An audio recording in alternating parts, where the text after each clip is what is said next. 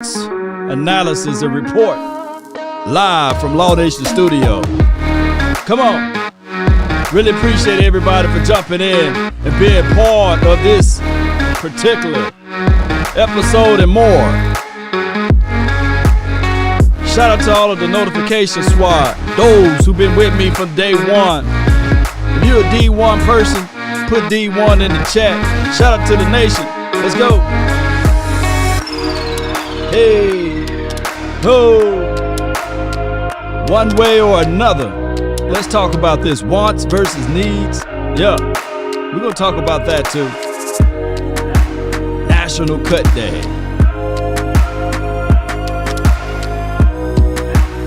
Come on, let's go. Yeah. They say ain't no party like a cowboy party. Put down your oodles and noodles. Stand up to your feet. You jamming to this beat. One way or another, Cowboy Nation. And remember, you're listening to nothing but the best. If you don't think so, you must be out of your goddamn mind. I want me some Roy. Yeah, who the crunk is out here? Second to none, baby. This is your brother from another mother, no other. Don't look like Danny Glover, but I keep it cool with you guys and gals. Yeah. Imitated but never duplicated, baby.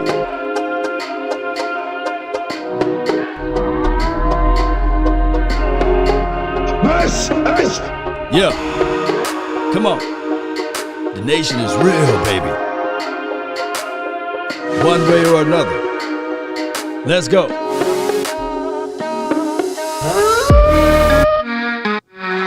Happy birthday to everybody this month. It's the last of it. Entering into the next month. Happy birthday to you guys too. Yeah, come on. Yeah, yeah, yeah. Come on. Yeah. Almost finished setting up.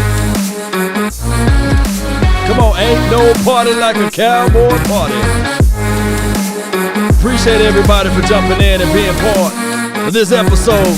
Let's get down to business. Yeah, come on.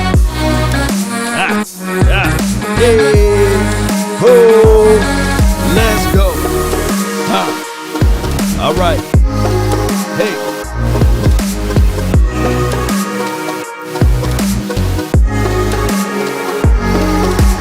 Hey, Cam, oh Cam, Cam Newton, baby. Who? Mac Jones beat him out, didn't he? Hey, man, earlier today I did the video, and it was of cutting of Benjamin Anthony DiNucci, and it was the also cutting of we know who's eating Gilbert's grapes, right?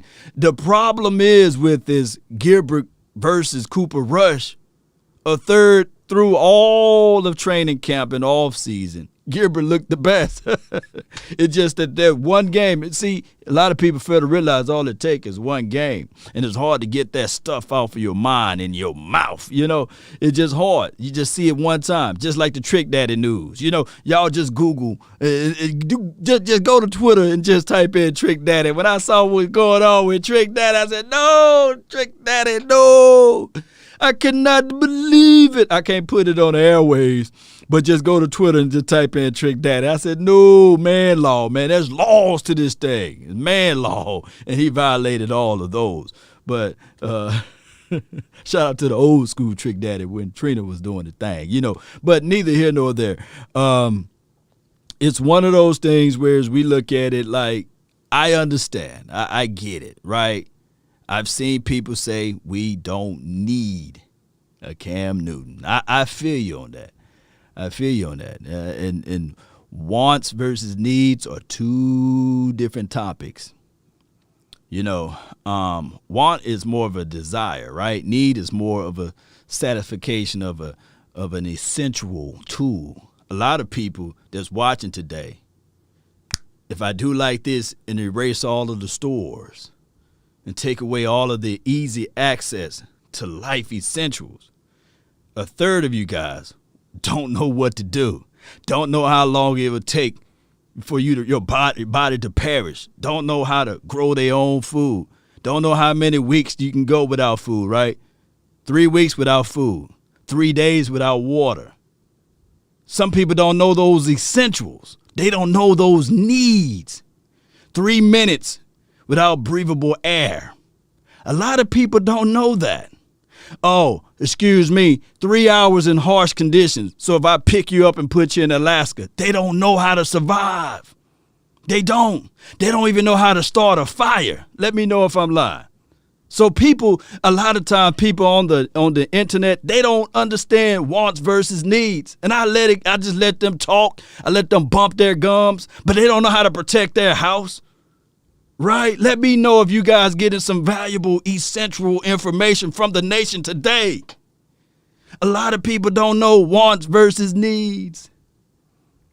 And we'll sit there and say, we don't need a certain situation. Teddy Bridgewater was available. We don't need a Teddy. Oh, when certain situations come around, I recall way back, Randy Moss was available. We don't need a Randy Moss. I recall banging on the table way back in the day, Charles Woodson was available. We don't need a Charles Woodson. I just sit back and I just watch people. I just sit back, let everybody break the news, and I just sit watching. And said, if I do like this, they don't know what's drinkable water. He can say, man, people that stand on the West Coast can say, hey, we'll just go run to the beach and scoop the water and drink it. Yeah. Shout out to you, Marlon. Appreciate you. Cam is against the vax, and Dallas really don't need that right now. I mean, that's it. That's a personal situation. So many people trying to paint people in a corner because of a political jab. And I'm just going to say this real talk. We are not in the liberty to talk about people's personal health, especially when they are professional athletes. And on top of that, they are in tip-top shape. We can't be putting people in boxes and corners because we don't know all of the players that's currently on this team that's vaxxed or not. So we can't use that as a crutch. And 9 times out of 10, the CDC announced themselves on their particular website, lamenting the fact that if you already contracted the COVID or what have you, that your body have a stronger immunity or a stronger defense against the artificial one.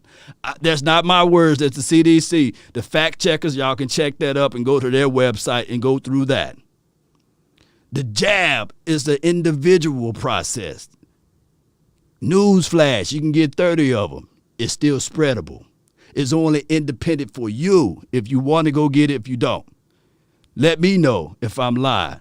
Fact checkers, point it out. So we can't be going. That's like me going down the list and asking these players personal conversations. Are you circumcised? It's none of my business.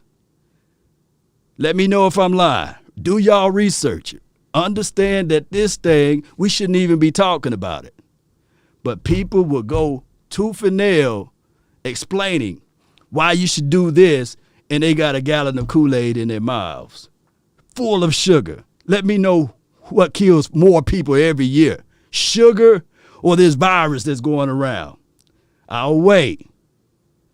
Pardon me for spitting facts. You should have had your umbrella. Dallas front office is a part of who we think the Jordans are, the same as the retro Jordan players and evaluation. I feel you with that, Lee Jane. Appreciate you. Marty says, yeah. B-Rob, they're not lying, Law. Now, if you have complications and pre-existing situations, then I recommend you to do what's best, but please reach out to your physician. Dallas front office is the parent who thinks Team Jordans are the same as retro Jordans in player evaluation. Lee Jane. Appreciate you, 254. Appreciate you. But this is the calculations of what wants versus needs are. Like I said earlier, want, having the desire, it's just a desire to possess something.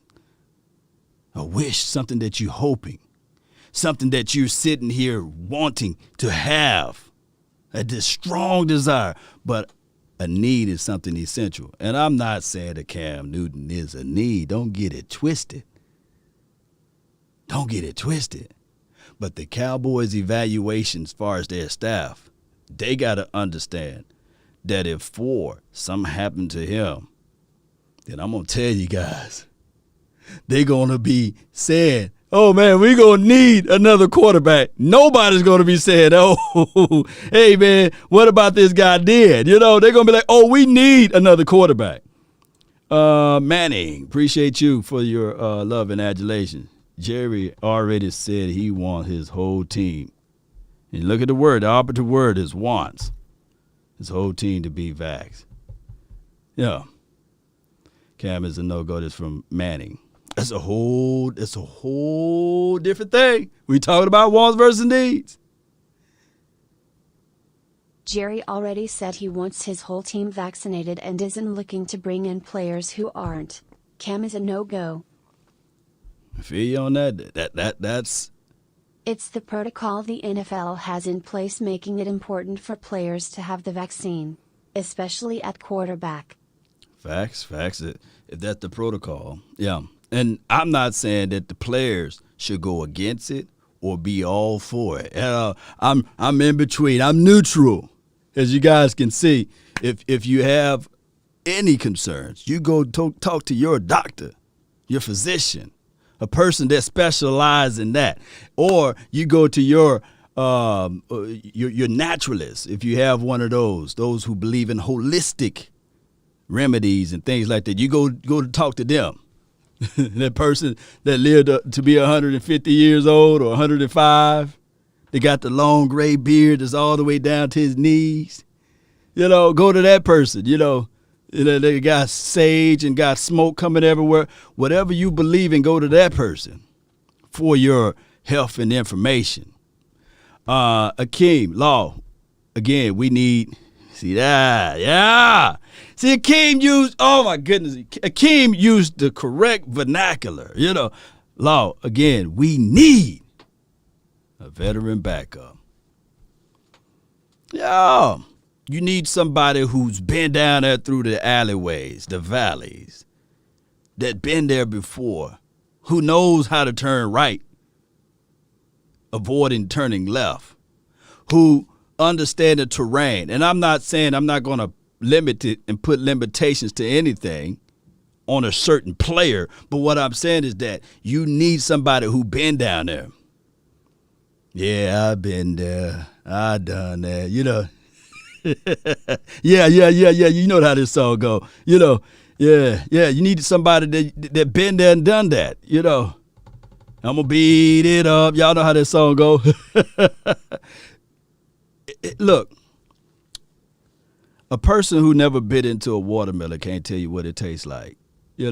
A person who never baked an apple pie can't give you instructions to, So you got to understand that you got to make sure that you have things in place.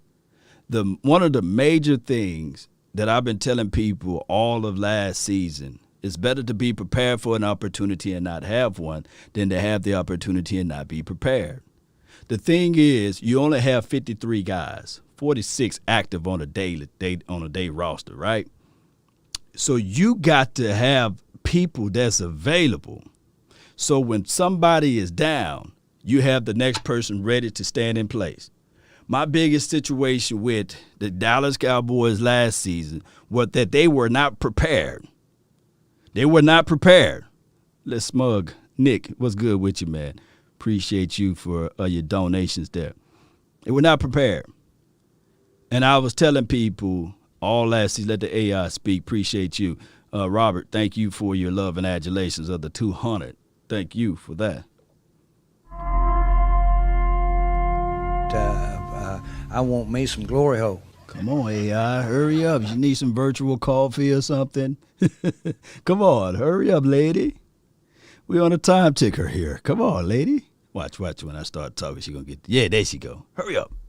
Bruh, they missed on Cam and Jameis once.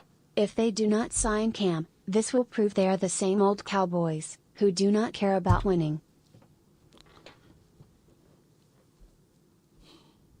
I'm not gonna direct this, and I know I just got Cam as the thumbnail, and it's not about him. Hey, it is what it is. So many people hit me up, and I go with the flow of the people. I'm for the people, by the way. So right before you made that donation there, and I really appreciate you, Smug. I hope I'm saying your name right. Here's the situation. I told people last season that the Cowboys better figure this out. La'el Collins, he already showed up to camp overweight. Oh, let me go a little further. He had hip situations, right? Hear me out. Don't hit the panic button. Don't try to shank me with a butter knife, Cowboy Nation. Just hear me out. Here's the situation.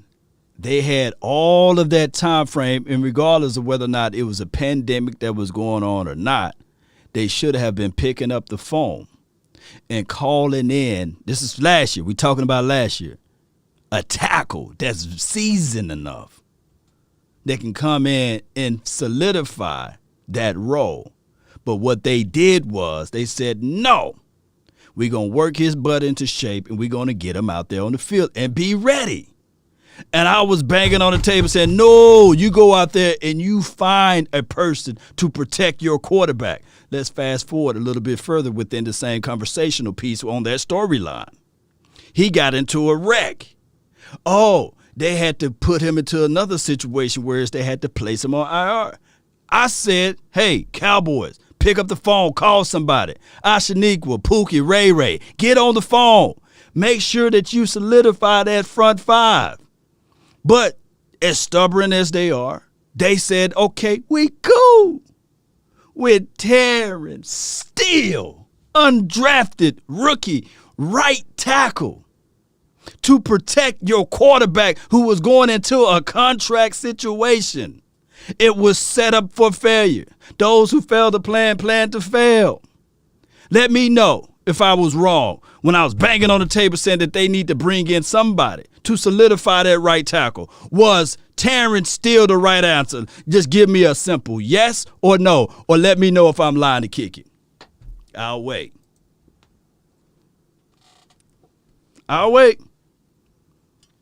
Y'all can go back and watch the videos. Law, you're speaking the truth, but we need the Cowboys to be healthy and on one accord. Go Cowboys, football. 10-4. Appreciate you, Marlon. Thank you so much for that. Yeah, Benny Blaze off the top rope. Let me give my guy, man. Are you not entertained? Are you not entertained? Yeah. I mean, so many people, you know, this is what people love to do. This is what they love to do. They like to take the toothpaste tube and say, hey, once they squeeze it out, they try to put the toothpaste back in the tube. It's messy. I don't want that on my teeth. Let me know when you get that. If the price is right, give me Cam. He can back up Doc all day. F what you heard. Yeah. It's just one of those things, man. Oh, my goodness. Shout out to Cam with the K. Appreciate you. He said that Newton is a crybaby.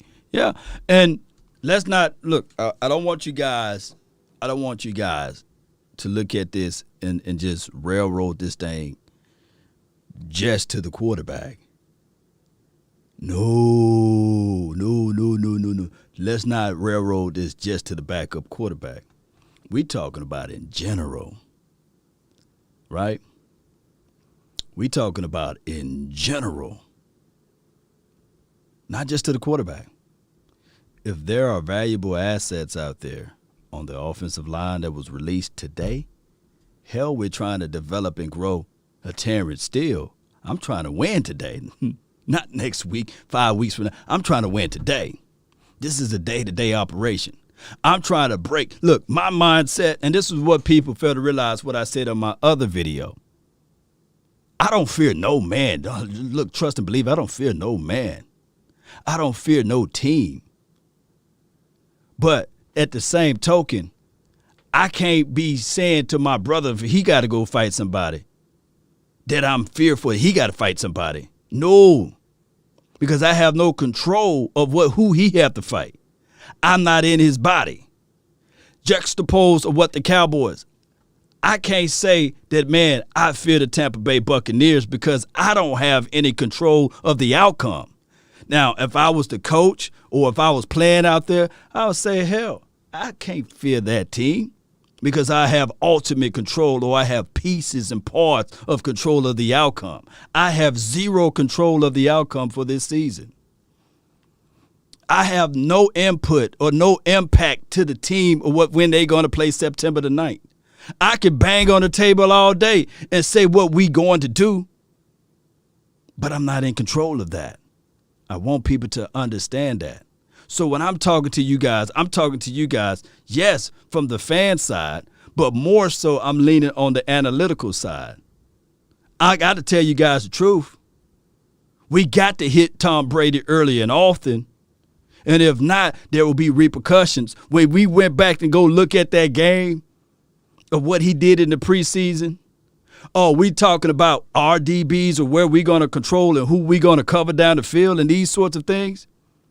I watched Tom Brady play around with the Texas defense. AB, their version of AB, line up outside. Oh, they didn't like that look. They moved him inside and kicked Chris Godwin on the outside, for crying out loud. The DBs were sitting back in their stands, didn't know what the hell to do. They played well on the outside, but Tom Brady said, I'm going to start surgically killing them from the inside. And the moment he caught them with their pants down, what he did was, because he can't get away freely, but he knows what defense are trying to take away. So then that's when he hit you with the no huddle. The Texans had their pants all the way down, had the little balls out. Shout out to you, the great one. You know what I'm saying? Shout out to you, Ronald. Appreciate y'all. Are you not entertained? Are you not entertained? So we could talk all day about, hey, man, we're gonna do against this. We're going to blitz and we're going to do this. That's cool. That's calm and collected. That's 100 of what we going to do. But I'm got to tell you guys, there's a counter action for every action that you do. And 9 times out of 10, the person that been down that road knows what to do. Tom Brady was just released by Tampa Bay.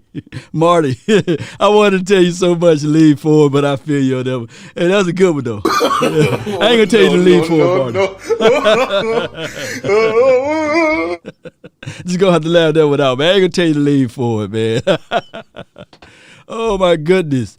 All right, so this right here is the short list of guys that was released from the Dallas Cowboys per NFL Network. The Cowboys are still, as we speak, and now working out their website to give everybody the top list. But so far, the official list, and then it will be completely official, I believe about 1 o'clock, 2 o'clock, 3 o'clock today, that they have to have this list completely reorganized and arranged. But if you guys can see, of course, Ben DiNucci, he had to go, Cowboy Nation. I think that Allen quarterback over here in Dallas area throws a better ball. Or the quarterback down here in Duncanville, he can throw the ball a whole lot better than what he was trying to do. But shout out to DiNucci. And I want the person that wrote that long excerpt of how DiNucci is better than Dak Prescott to keep that same energy. And it just disappeared. I'm sitting there like, where you went to, homie? Keep that energy. Also, within that, C. Nix, shout out to you, fam. Vasher is gone. Gary Gilbert, he's gone. Brandon Eagles, he's gone. Rondell Carter. I really like Rondell Carter. I really do. I really do like Rondell Carter.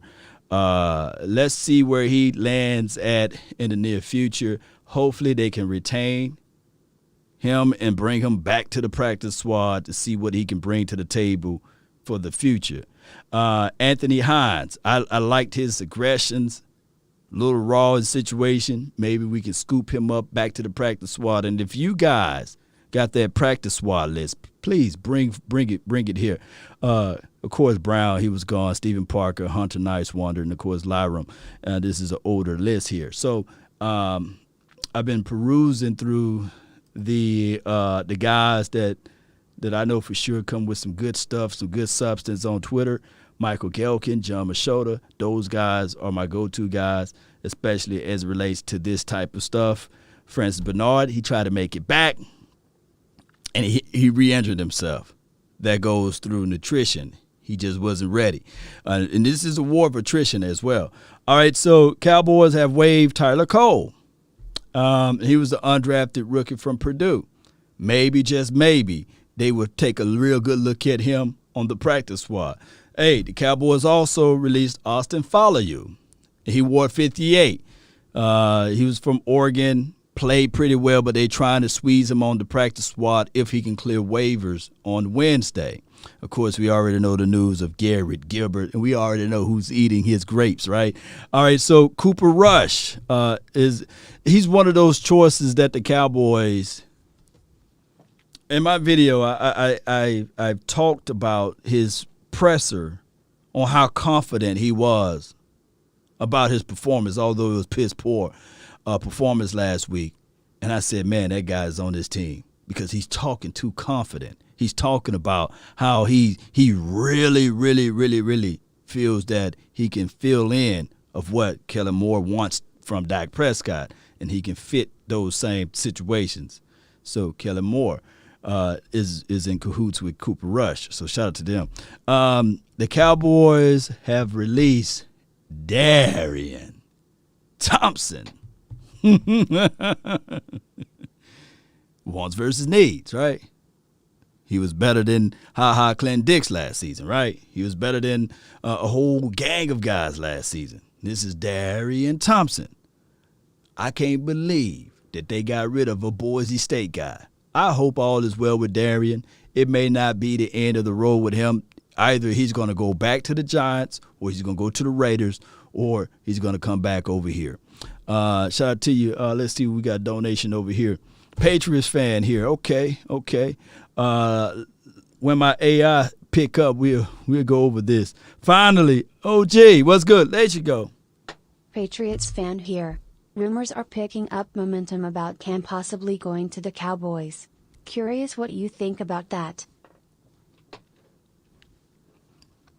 I've been doing all of this talking and I didn't even tell you guys what I feel about Cam going to the Cowboys.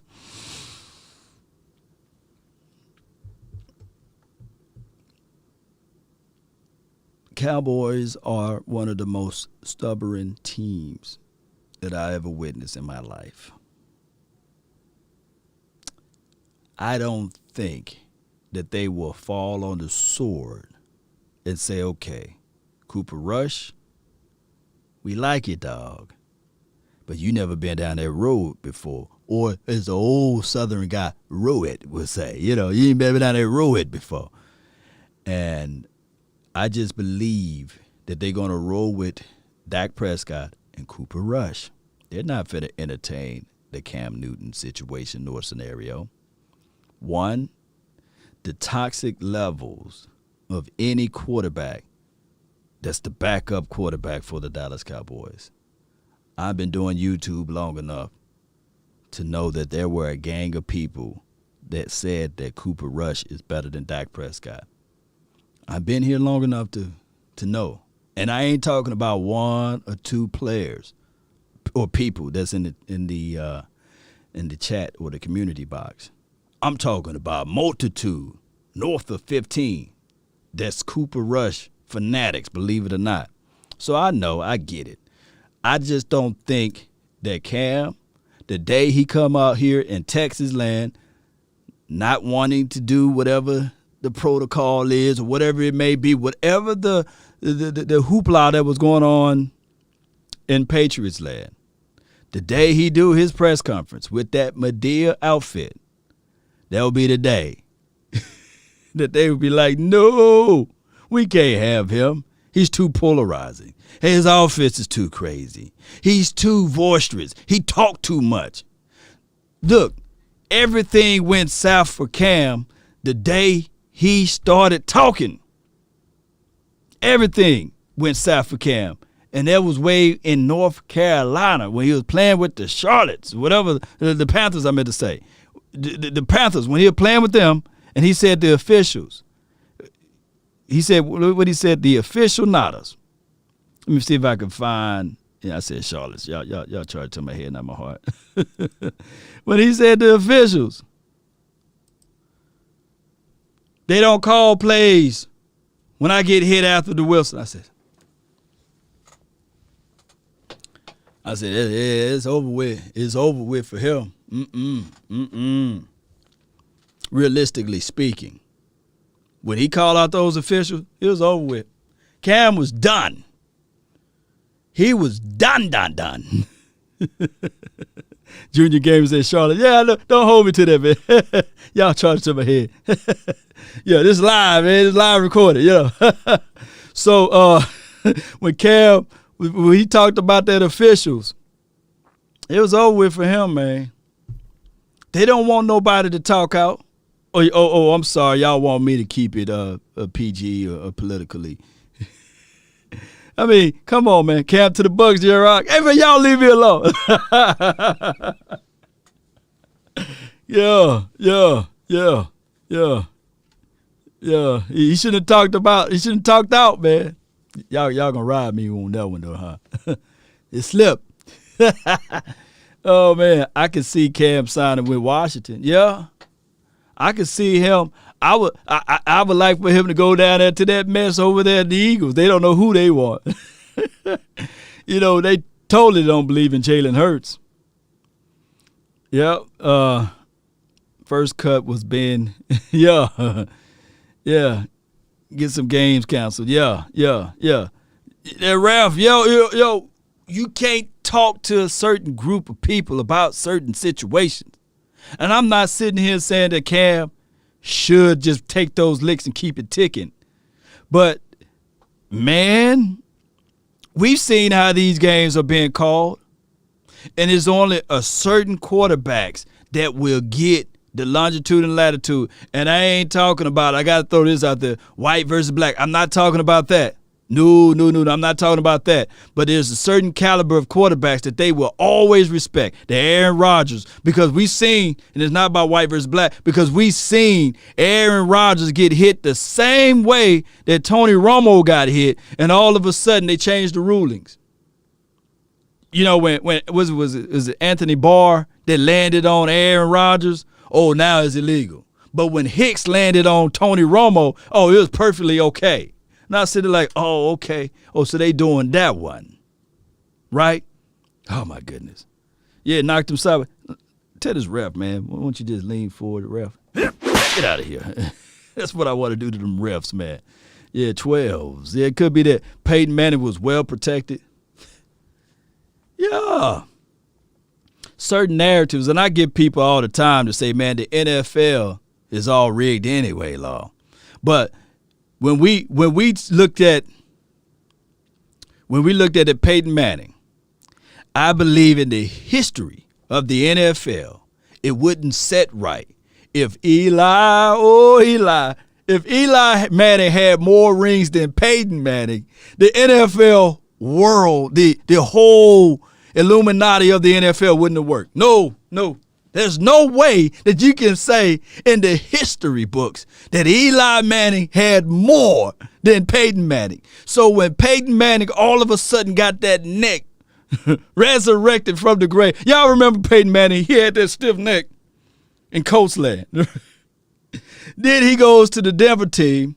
The Denver team was amazing that year, putting up thousands of points almost. Didn't have no major defense. And this team came out of nowhere. They wasn't expecting this team, who they played in that Super Bowl, they wasn't expecting that one. They wasn't expecting the Legion of Boom to just come out of nowhere. They wasn't expecting that. They're like, whoa, what's going on? This defense, they said, man, no, this defense ain't going to be able to beat them. They beat the hell out of Peyton Manning. He couldn't put up. Hey, people were saying that, like, man, that game reminded us when John Elway met up against the Washington team. Y'all remember that? Let me know if I'm lying. Y'all remember that Washington Super Bowl versus the Denver Broncos? The Denver Broncos got their butt drugged. Right, Chris Wester, appreciate you, man. So it was the exact same situation. Peyton Manning get his butt drugged. And I think my father at the time said, watch, they're going to win the Super Bowl next year. There's no way they let one of those legends. No way they let one of those legends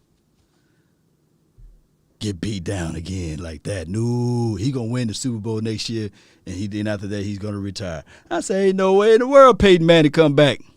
And guess what? I think the very next year, the Denver Broncos all of a sudden acquired this guy, acquired that guy. Hey, salary cap thrown out the window. They had everybody. They had everybody coming. They had everybody on that team. Loaded defensive team. We're going to make sure Peyton Manning get one more, just one more. He did too much for the league. And if he could be healthy, they'd have made sure he got 3 or 4 of them. But I'm lying somewhere, right? Oh, my goodness.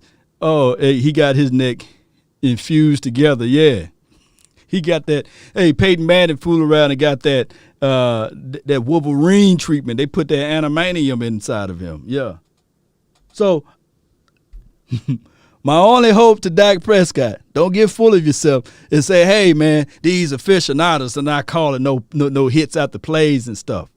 Because in that same Super Bowl, I think it was Cam Newton versus Peyton Manning, by the way.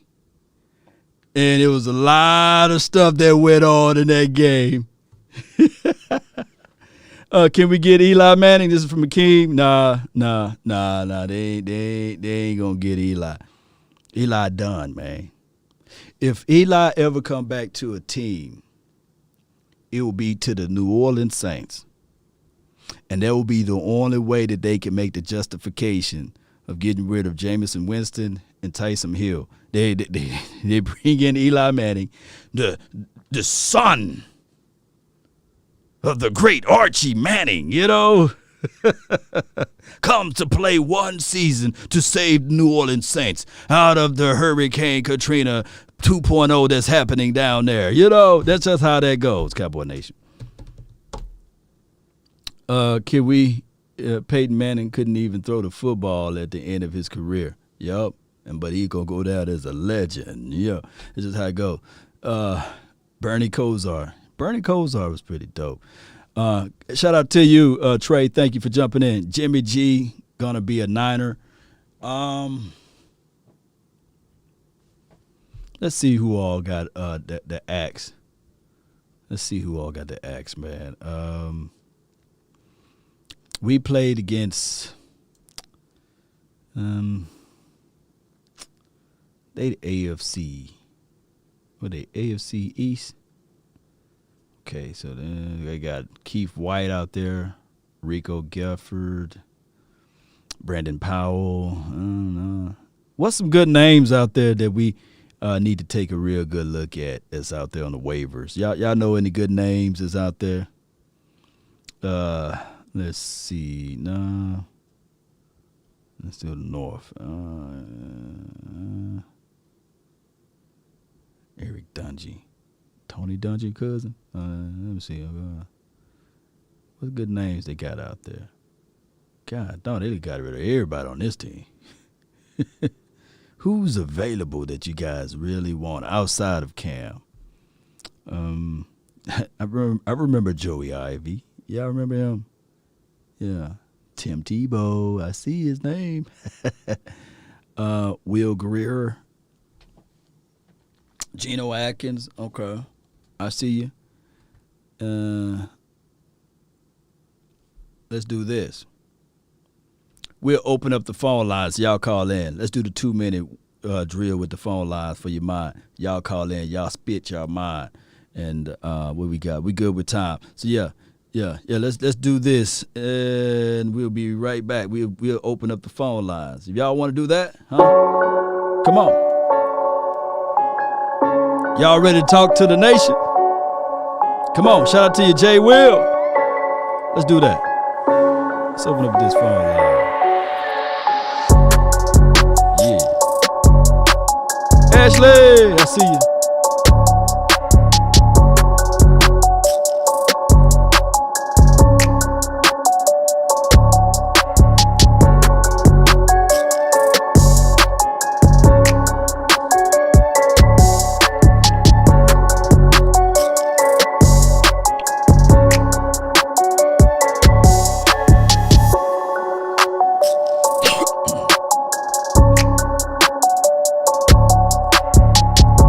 Almost setting up this thing. Bear with me.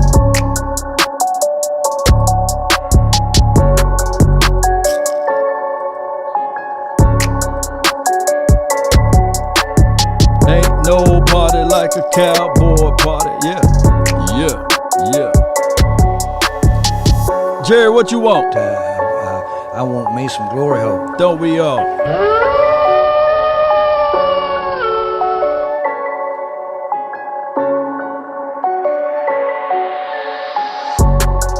Come on. Lunch break time. I know you eating your oodles and noodles. Come on. Yeah.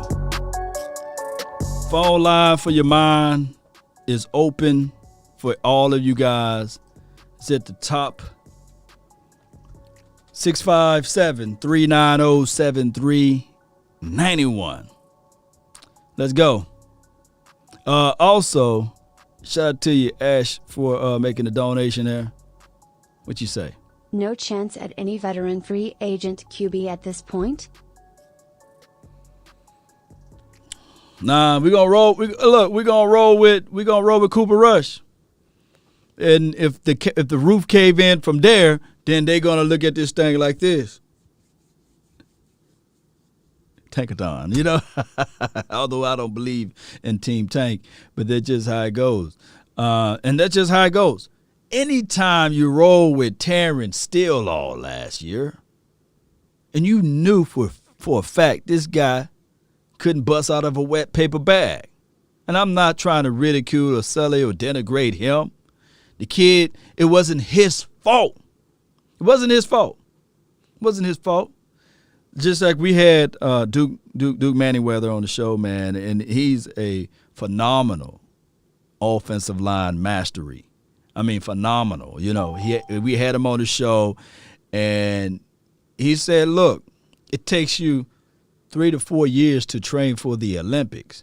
What makes you think that on the greatest of the greatest stage that Terrence Steele, who was undrafted, by the way, got good measurables, good height and everything, what makes you think that he would have been available to play at the level that you was expecting? I got the infamous Coach Marv in the house, man. What's good? Hey, how you doing at all? Doing great. Can you hear me? I'm doing great, man. I'm doing good. Yeah. You're right about Terrence Steele. You're right about how long it's going to take him to get ready. And what I saw the other day from Terrence Steele is it don't look like he's getting any better. Right. So that disappoints me. But I really want to say this. I want to say this right quick because I'm at my little lunch break. But I want to say this right quick. Mm-hmm. Kind of concerned a little bit. I was sitting with a couple of my friends and old coaches, and we was talking, and they kind of got some of that blue shade out of my eyes, and they told me some things that I didn't want to hear, but I knew was right. They asked me a question, Long. I'm asking you and I'm asking the listeners. Are we physical enough to go in Tampa Bay and win a game on the road as an underdog in this type of situation? Because as my friends pointed out to me, the way you win road games when you're an underdog, mm-hmm. you have to be the more physical team. That's one of the criteria you have to be. And the most physical team most times physical teams take care of the ball the best, and they cause turnovers the best because of their physical nature. And they slow the game down. But the only way you can slow the game down is you have to be a physical type football team on offense and defense. If we think we're going into Tampa Bay on the road as an underdog in any situation and finesse our way to a victory, it may get very ugly for our Cowboy Nation. It will get ugly for our Cowboys Nation. And the question was asked to me, and I'm asking you, and that's what concerns me. Have we been prepared to be a physical football team to go into hostile territory and win a big game on the road against a veteran-laden club? We're not going to go in there tossing the ball and doing reverses and all that. And I'm not saying we're going to have to, but we're not going to go in there and trick our way and finesse our way to a victory. When you win on the road, you go with good defense, you control the time on the clock, and you out-physical the next team. If we go in there and we don't do those things and be very physical, we're going to have a problem if we go in there and try to finesse our way to a victory. And have we been prepared to be physical? I think our defense has. But I have some question about the time and all the non-play of an offensive unit being together. So it's going to be questioned. But that's the question I ask, because I think a lot of people don't look at that nature. But first and foremost, before anything else, football is a violent sport. Facts. And the physicality is the first. And if you don't have that, and you try to finesse your way to a victory on the road, underdogs, hostile, against great competition, 9 times out of 10 you're not going to win that game, and you're definitely not going to win that game against a Tom Brady. Right. Law, y'all have, as normal, man, have a great day, man. Good show. Appreciate you, Coach. Coach was calling in on his lunch break, and, we give Coach the ample enough time to put things out there on your mind. A lot of us watch the game, but a lot of us never coach the game. And he's a head coach of the game. And I listened in to Coach, physicality is different. Ronald Jones, he is nobody to sneeze at. And then they got the look quick, was it Giovanni? What was his name? Whatever that guy's name. I forgot his name at the tip of my tongue. And then they can hit you up with Leonard Fournette if he's still out there. So those 3 running backs, they know the element. Those are the safety valves. The safety valves for Tom Brady. When the pressure is there, they like to do that stretch play. Stretch it out, and then they put the ball in the right spots for their running back to eat. And think about this. The head coach over there, he's no one to sneeze at. He's been around football longer than our offensive coordinator been alive. He's been coaching that long. The guy's long in the tooth. So we're going to have to figure out how to stop the run. And then we're going to have to start getting the run on our end. Hernandez, call back if you get a chance. But Giovanni Bernard. So, appreciate you, Marvin Jones. Appreciate you. All right, so physicality. If you guys ever grew up in a farm or close to the areas where I grew up in his country life, a sheep will always be a sheep. That goat will wear that sheep out in a barn house. That goat would just wear it out, So you can't create toughness out of the sheep. You can say that the sheep have the same body frame, but it's got a little wool on it. But the sheep is not the ram, or the ram is not the sheep, or the sheep is not the goat. So the physicality of that goat is always greater than that sheep. That's just how it goes. So we're going to have to, when we come into that week 1, we got to possess in our minds that we're going to have that GOAT mentalities. Yeah, so technically, Jay Lombardi, more afraid of Todd Bowles and Aries. Yeah, the thing is, those 2 guys with experiences like that, Todd, like I tell people, y'all say, man, Law don't never sleep. Todd Bowles never sleep.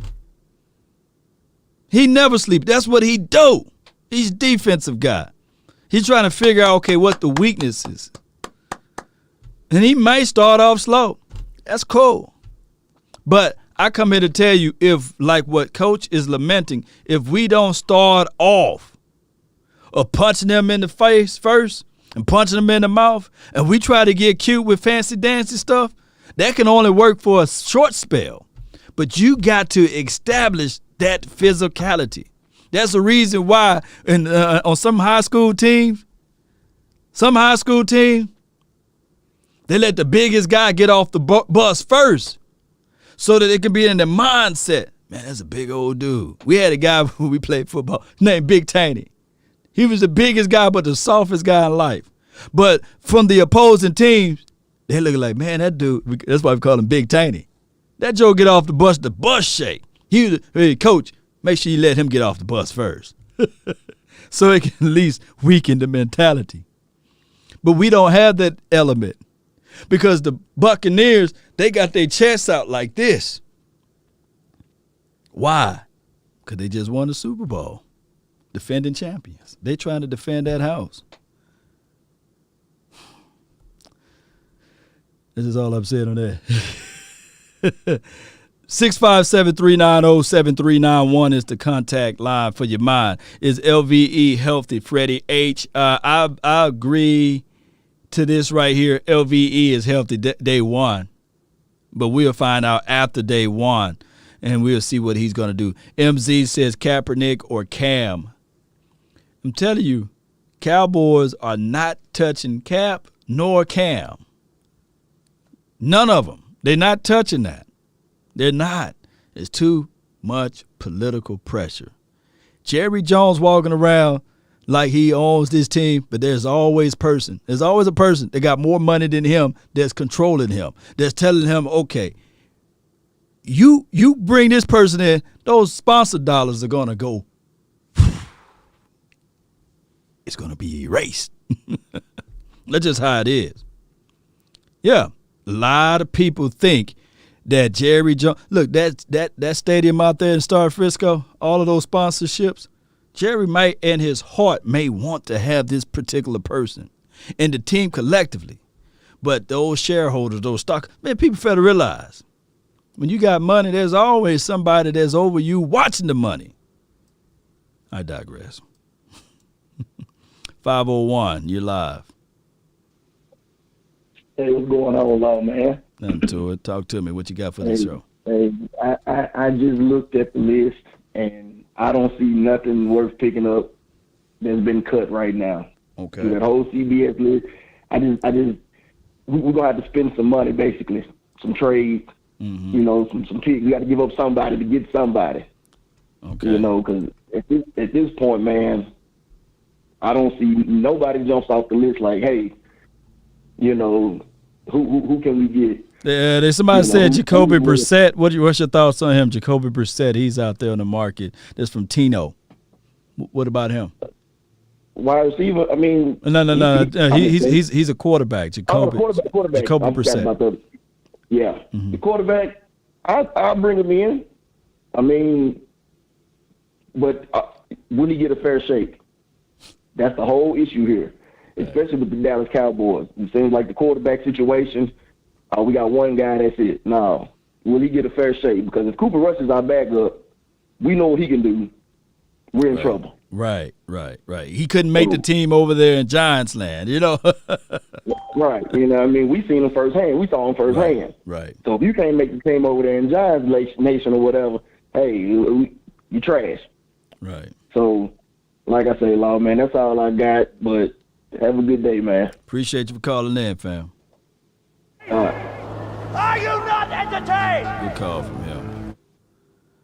All right. We got somebody in here with the anonymous. Now, if you on that bull jab stuff, I'm going to go off. I'm going to bring you in, but you call in anonymous. So right now, what's up? All right, you live.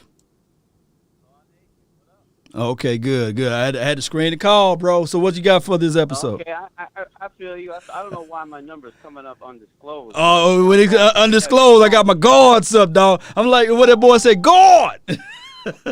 Ha ha, Davies. I'm like, God. But you calling in anonymous, man. And I'm sitting like, okay, the anonymous society over here, the Illuminati. This could be Roger Goodell. It could be Jerry Wayne himself. But what you got for this episode? 30 years, maybe 40 years, Cowboy fan right here, 52 years old. I'm about to tell you, we never had a legit backup in QB since I've been alive, man. I mean, come on now. Steve Berline wasn't great. Steve Berline wasn't great. We need to, Bernie? for a backup, we need a legit backup right now. And they need to pull the trigger because they wait too long, and then Cam's going to get signed by somebody else, and then you're going to see Trubisky get signed by somebody else. Facts. You know what I mean? Yeah. Just like when Haskins was out there, we we're like, nah, we don't need him, but Yeah, they just wait too long. They wait too long, and it's frustrating because it's an emergency situation. If Dak gets knocked out, realistically, if he gets knocked out, the season's over. Facts. Well, I think that they probably look at it like this, and this could be the Cowboys' psyche, and I'm not trying to put this out for the universe for everybody to go look at this sideways. The Cowboys probably looked at this thing, and they saw Trevor Law, and they said, man, if we didn't try to win last season and just tankathon that thing all the way down, maybe we could have got a Trevor Law or that Zach kid from the playing in the Jets or what have you. Maybe that's their mindset for the 2021 season. Like, we just going to throw Cooper Rush out there. If that goes down, we ain't trying to live through this thing again. We just going to tank this thing all the way out. What's your thought on that? No, I don't agree with that. Okay. I know it's kind of a good thought, but I see it this way, like, you wasting a lot of people's time. They're out there working their tail off. Facts. In practice and doing their whole thing through the routines. The family's got to sacrifice everything. The whole season. There's a lot of things that go into the whole season. You know that. So why would you not have a legit backup to help the whole 52-man roster? That if that goes down, you don't waste all that time preseason. All the other cats getting injured. Right. The whole thing. You just wasted a year, man. It's not good to waste time, man. You know how time flies by. Yeah. So speaking of that, it's been 9 to 10 years under Jason Garrett. One can argue that we wasted a decade of time that we could never get back with him? Oh, please. That's not even a question. That's not even a question. That was like, he knew what he was doing. He knew how to get under Jerry where I'm like your son. You know what I'm saying? So he knew he was a player. Garrett was a player. He played Jerry Jones. So let me say this though, before I let you go. Here's the situation with Jason Garrett. Regardless of how we look at his tenure with the Dallas Cowboys, he never had back-to-back losing seasons. So with this particular team, and I'm not saying that we should look into this, but is Mike McCarthy is in liberty to have a losing season this season, regardless of what's in front of him? I think so. I think he definitely. Yeah. Oh, yeah. I could see that. Yeah, he's definitely allowed to do that. But why take your chance when you could have that backup where I think it all streams on the backup because we don't know how Dak's shoulder's going to hold up. We don't know how his ankle's going to hold up. And we don't know how many dirty plays there's going to be, especially coming from the NFC East, trying to land on that ankle again. No doubt, man. You're a good call, man. Appreciate you. What's your name again? My name is Todd. Todd, appreciate you, Todd. Thank you so much. Are you not entertained? Are you not entertained? Good call from Todd, man. 817, you live.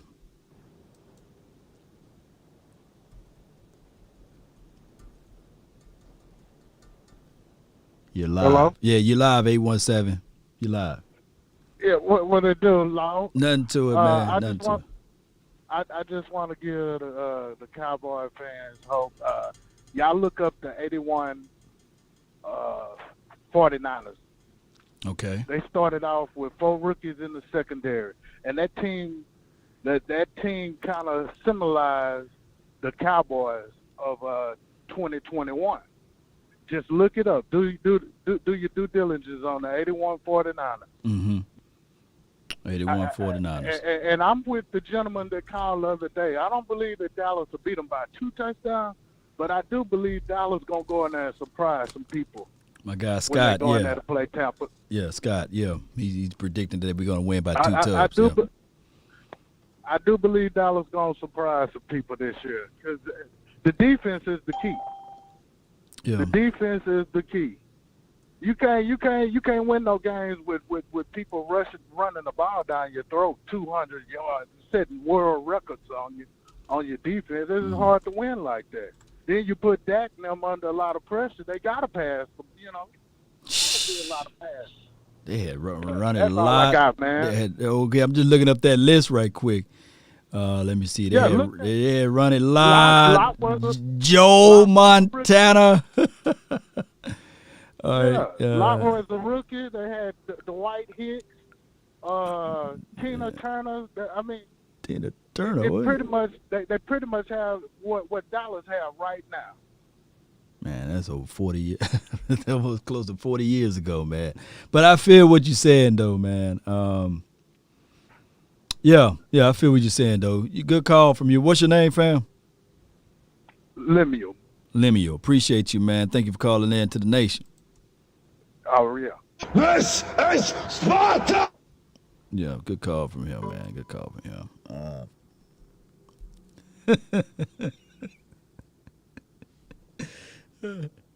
Was it Tina Turner? No. I love this, man. All right, so, yeah, over 40 years ago, man. You know, but it is what it is. But Ronnie Lott was the truth. I don't think that anybody I love my Cowboys, man. The closest guy that we had to Ronnie Lott, like, through our time frame was it Brock Marion a little bit, you know, when we had him for a spell here. You know, our Darren Woodson was different though. But who was the closest guy we had to Ronnie? That type of temperaments out there at safety. Y'all posted down all of my scholars, Cowboys scholars that we had out there. Bill. Oh yeah. Oh, see, shame. Let me shame myself for that one. Yeah, let me shame myself for that one. Somebody put 40 down there. Shame myself. Shame. Yeah, Bill Bates. Shame. I'm gonna give myself only 2 shames though. I ain't gonna give myself Roy Williams.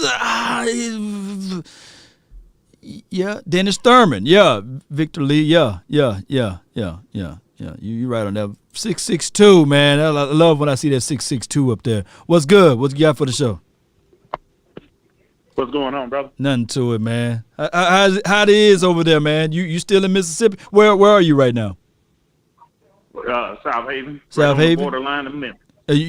Did it hit bad over there?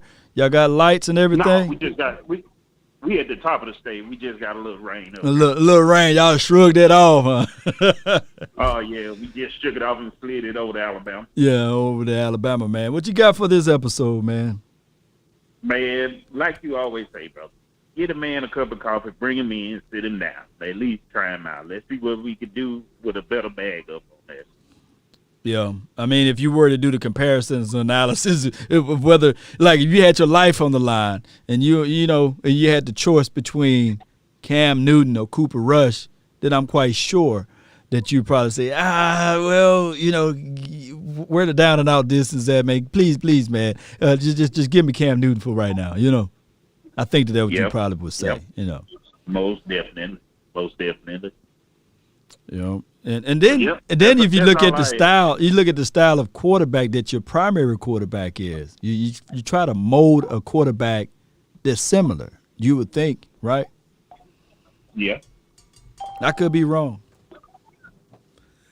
But will Cooper Rush be able to do that, though? From what Cooper Rush, he spoke with his chest at the last press conference. He said, "Man, I feel confident in his offense. Kellen Moore can put me in situations similar to what Dak can do in this offense, and I know the system. So in a pinch, Cooper Rush behind the ones. If he can play, if he give us a little bit of what he did against the Texans, then of course, then we will all roll with him. But I would look at that. Cooper Rush is only good for one game, but then when they get that scouting tape on him, they realize his gun, his arms, and everything else, he ain't really it, and they'll take that away from him. Yeah, he's been with us, what, 2 or 3 years before? Man, he had, I say cups of coffee. This dude done had a whole Keurig machine with unlimited supply, Yeah. And that's so he should, it should be a better progression. Yeah. So it is what it is, man. But the other thing would be we got to show up that defensive line. You got to be able to get that pressure and slow them running backs down in the middle and get pressure up in the quarterback's face. Well, I look at it like this.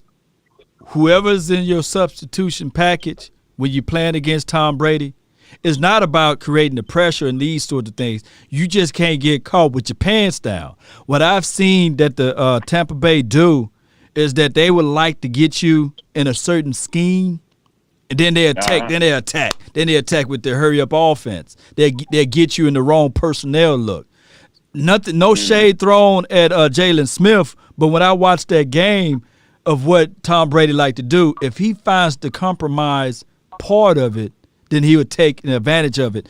For example, the Tampa Bay Buccaneers caught the team in the wrong defense, and they took advantage of Chris Godwin from the slot. They moved him inside the slot, and they took advantage on vertical seam routes because they're in a compromisable defense and wouldn't allow them to sub. Yeah. That's veteran quarterback play. Yeah. I feel you on that. Yeah, but we can still, if we punch him, we just got to punch him in the mouth first, though, make him woozy. Oh, yeah. Yeah, but appreciate you, man, for calling in from the 662. Hey, one more thing, man. Go ahead. Jackson State, brother. Blue Bingo. Okay, there we go. D Jackson State. D, I love. Appreciate you, man. All right. That's what I'm talking about. Got my guy over here. DMV. George. What's up, man? You live? Yo, what's going on, La? Nothing to it, man. Just holding it down like 5 billion pounds. What you got for this episode? I just want to go over some players that got cut today that I would love to pick up on our practice squad, or if we really need a third quarterback or even a backup, you guys don't feel comfortable with Cooper Rush. I think those we need Jordan Baker really from All-American for QB too. For example, Josh Rosen, Will Greer. Yeah. I like both of those better than all 3 quarterbacks we had behind back this offseason. And maybe if we wanted to revisit Taco Charlton, because he did get cut today, and especially in Rod Smith, but I don't know a lot of people's opinion on him. I really liked him when he played for our team, and I think did we draft him? Rod Smith? Who's Rod Smith? Jalen Smith's brother. Oh, the running back, Rod Smith. Man, yeah. I would rather have, because he's more of a finesse guy. If he's more not a physical fullback, he's more of like, I'm gonna dance, wiggle, and get out of there. I think that the Cowboys made an epic mistake of moving Keith Smith up out of there as the fullback and inserting Rod Smith. Rod Smith was good for us, don't get me wrong, but I like the physicality of Keith Smith when he was out there at fullback. I need physicality. Yeah. I got the shake and bake guy, Tony Pollard, and he looks like Ezekiel Elliott got some quick feet. So keep those two, but insert Nick Ralston as the fullback, and I don't know. I think they probably released Nick Ralston. Why aren't we talking about our backup tackle situation? Because we look like we're in trouble if Hold on for a quick second. Hold on for a quick second. All right, I'm gonna get right with those super chats in a few. So go ahead. What you got? It was this clip on Twitter about this guy pulling a truck, and they were like, "This is the Cowboys fullback." Have you seen that? And is that true? Yeah, I'm Nick really Ralston. aware of the fullback. Yeah. Okay, I'm not really aware of the fullback depth, and I really think we do need a fullback to make things a little bit easier on Zeke because the power running teams that we have in our league, like the Titans, the Browns, all use a lot of fullback packages to mix things up or to make things way easier on their running backs, and I think we don't do that for Zeke a lot. Yeah, you got to paint yourself into a situation. Are you going to be a finesse team or are you going to be this physical team? You know, that's going to punch and rough and rugged team that's going to punch a team in the mouth to have that clock game control. So those are the ways that you got to look at it. The Bucks, they're going to look at it like, hey, we're going to out physical you. We're going to bring the physicality to the table. So you got to match that aggression, and especially by being on the road, you just got to hit them right where they hurt at, and that's the quarterback. But you also got to gash them with the run, which I do believe when I was watching the Texans game, you can't gash them up inside. So you got to continue to do that. You can't do it and then stop it. And that's what you got to do. Cowboys, we got to lean on what we can do, and that's running the rock and forces them to be in a compromisable situation with your wideouts on the outside. Yeah, that goes to my last point about week one. I feel comfortable in us winning if we, obviously go with our normal formula and like that we were supposed to be doing for like the last 3 years with Zeke and Dak, where I want Zeke to have 20, 25 carries, 80 to like 120 yards, and Dak to have 150 to 250 yards, and just control the clock and if we control the clock, I think we should be able to have a better run game than them. And I don't think it's not going to really come as long as we can dominate the line of scrimmage, like a call earlier said, control, be physical. I think I don't think that's a crazy game for us to win. No doubt, man. I appreciate you for calling in, DMV. Appreciate you. No problem. Yeah. Good call from him. Almost hit the wrong button. Are you not entertained? Are you not entertained? We got the 202 MD. You live? Hey, what's going on, Lo, man? It's Darnell down in D.C., man. D.C., man. What you got for the episode here? Man, I just want to say I'm a big fan of yours. I love the content. Thank you. Just want to give you some positivity in terms of that, and I want to talk about Jalen Smith a little bit. Okay. In terms of the depth chart as it stands, he's not starting. Oh, you saw that list, huh? You saw that list they came out with, huh? Yeah, I saw that list, man. And I'm just wondering, how can your highest paid linebacker not start and still be on the team? So do you think he gets traded today, or, because he just signed a deal, I think a total contract somewhere almost close to $70 million total. And, what kind of tone is that set for the rest of the team if the highest paid guy is on the bench? It seems like a waste of a roster spot that could go to somebody else. The Cowboys are going to fall on the sword. They don't believe in getting rid of things that they made as relates to that contract situation. I recall one year we was talking about paying Dak Prescott going back and forward, and they was talking about the money aspect of it. And it came about that Tyrone Crawford, if you cut him, you would save, at the time it was like $11 million, right? And I'm not trying to take money away from players, because shout out to them, there's generational money. But damn it, for the team's sake, Tyrone Crawford wasn't worth the grain of salt. You cut him and, hey, you save it. But the Cowboys looked at it like, no, that's the guy. We're going to honor the contract. We're going to pay this man his money, his coins, his bag. And then after that, he still had 2 hip replacements, right? So I just look at the Cowboys doing the same thing with Jalen Smith. This is the point, the reason why I say that from the 202. Jerry Wayne Jones came out last season and said that Jalen Smith is the cornerstone of this defense. Granted, Jerry don't call defenses, right? I'm thinking that at least Jalen for this 2021 season, he is still valuable in a sense because we seen Mike Nolan's defense, calling wrong packages, having the guy playing, dropping off in coverages. But if you can maximize Jalen Smith and use less is more, then it will put the Band-Aid over this whole thing that Jalen Smith is not worth it. You know, so that's what they're going to do. They're going to put the Band-Aid over it. Right, and I'm not one of those guys that against Jalen Smith. I know he has a particular skill set. You know, he's better, you know, closer to the line of scrimmage, you know, in short area spaces where he doesn't have to use too much change of direction. Mm-hmm. So it has to be some packages we're going to be able to use him even if he doesn't start. It's just interesting to see the dynamic of the linebackers, how it works out with Neal and Parsons, including Jalen. Yeah.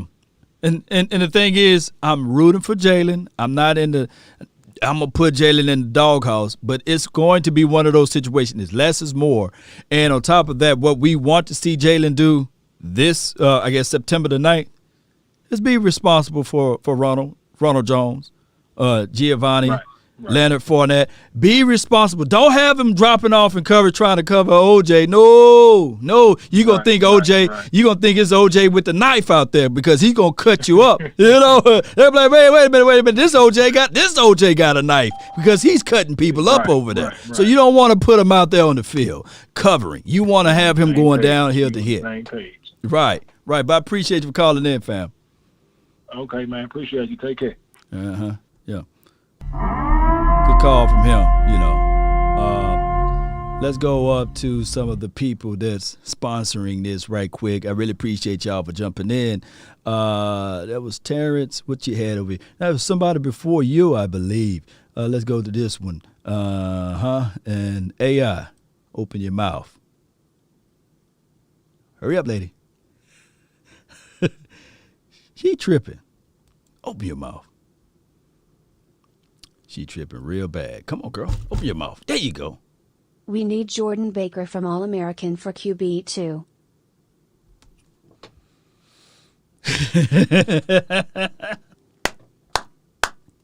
I got what you said there. Jordan Baker from All-American. Now she want to talk all day. Well, you want to talk all day. Hey, Law finna go in on this AI right quick.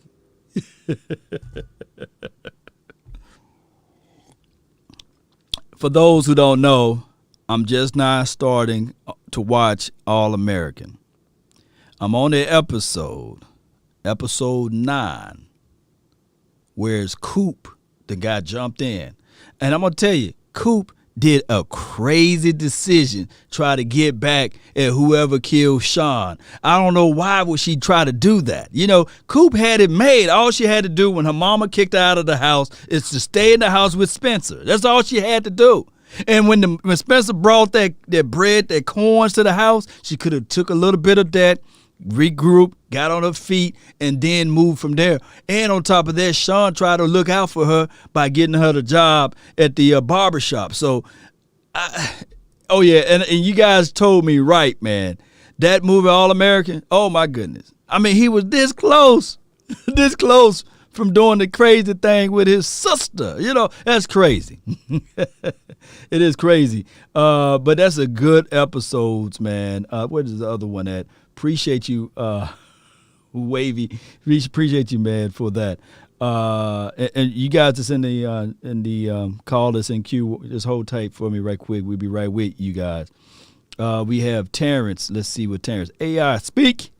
She on time now. Why aren't we talking about our backup tackle situation? Because we look like we're in trouble if Smith or Collins go down. You spitting facts over here.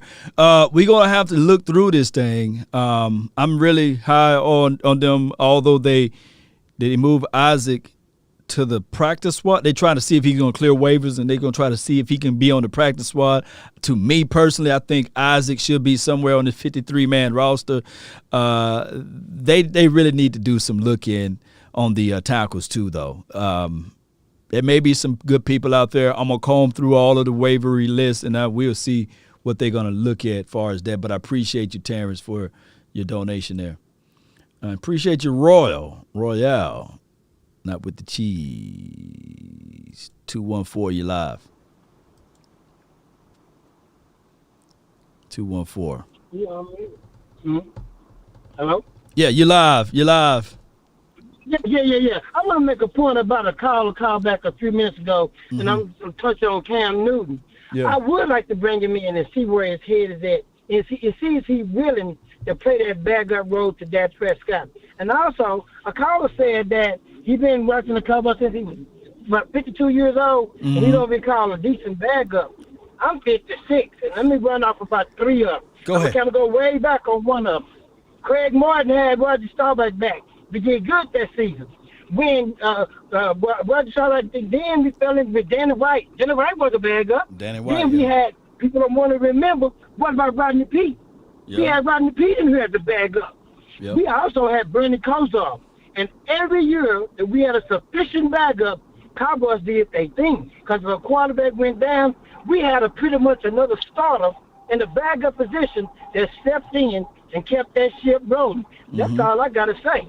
Hey, man, this is Legends Call, man. I love when y'all can go all the way back, man, because my history don't start until like mid-'80s, you know what I'm saying? That's when I realized football what it is. But I love, I didn't get a chance to see Craig. I heard that there was a quarterback controversy with him. I heard, there was a quarterback controversy with Danny White in certain situations. So I appreciate you, man, for educating the nation on that. Appreciate you, man. You're a real one. Yes, go Cowboys, baby. This our season, though. Yeah. Appreciate you, man. Thank you so much for calling in. All right. This is Sparta! Good call from him. The Legends Call, the Legend Corners. I heard. Y'all remember there was a rapper that came out with a song? I heard. I heard. Y'all, who was that rapper that came out with this song? I wish I could play it right now. I heard. That's all he said through the whole song. I said, man, I need to drop my CD, my mixtape. I heard. All right, so I got another 214. Let's see. 214, you live. What's up, Law? Nothing to it. They said they were rich homie that they had that song. I heard. But what you got for this episode? All right, I just want to say, hey man, like I do love your channel and stuff like that. Appreciate it. But I just want to ask, now this may be kind of a bit of like a far-fetched thing. What do you feel about RG3 as a backup? RG. So you're gonna have to buy out his contract from CBS, right? Because he just signed with CBS. Now, I know that's not a problem to have as far as him. I just don't think that they would. If it was me, I'll be picking up the phone and I'll be calling Phillip Rivers. I think that he would be a better option, and I would kick the can on Drew Brees, and I would flirt a little bit with Andrew Luck. Those would be my guys. And I think Andrew Luck, he signed with somebody, didn't he? I'm not sure. yeah, but no, I don't think RG3 from the these guys, man. RG3, Cam Newton, and even Cap. These guys are very boisterous type of people, and reason why I say RG3, he was going back and forth. He had said something crazy on Twitter. It went viral. You know what I'm saying? And it's swept under the rug now because he don't play for the Cowboys or he's not with the Cowboys organization. But they will continue to put that out on the front street if he played for the Cowboys. Just like what Cole Beasley had going back and forth on his social media aspect of it. It's good that he's doing that on the Bills. But can you close your eyes and imagine if Cole Beasley played for the Cowboys on how they would just really rip that apart? It's just crazy. Yeah. And then, of course, with Cam Newton and everything, it's a lot of stuff that goes that they would not do it, man. They just if they do, if they sign Cam Newton, I'll do a 5 to 6 hour episode straight. I'll figure it out. I'm talking about Cam Newton. Yeah, and so one more thing, hey man, I've always wanted to let you know that you have the baddest, the coldest intro on YouTube. I love that instrumental. Oh, you do, man. Oh my goodness, that one there. This one right here. Let me see if I can find it right quick. Yeah. This one. Yeah. Mic check. That's all I'm doing. I'm just talking over that beat, huh? I appreciate you, man, for your love and adulation. What's your name, fam? Sir. My name is That Boy Chris. That boy Chris, because I got Chris in here, just Chris, but let me just set it right quick and put that. Yes, sir. Yeah. Appreciate you for calling in, man. You're a real one. Yes, sir. And you have a good one. Yes, sir. Yeah. Salute. That's a good call from him. Good call from that boy Chris. Yeah, I'm trying to hit that button. There we go. Here we go, man. Yeah, he liked that one. He liked that song, man. If y'all like that intro, let me know.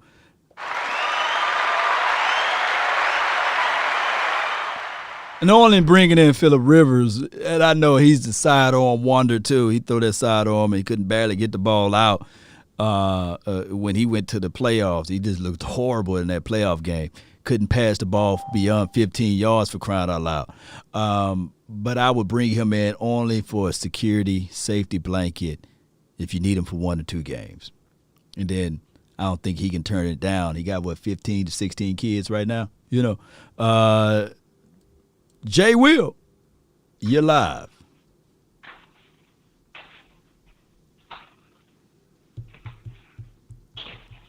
Jay Will. I want me some glory hole. You getting that glory hole over there, Jay Will? What's going on, man? Jay Will. Are you not entertained? Come on, Jay. You one of the legends over here, man. I'm gonna put my dog on you, man. That dog got you now, man, Jay. Call back, Jay. All right, 956, you in the mix.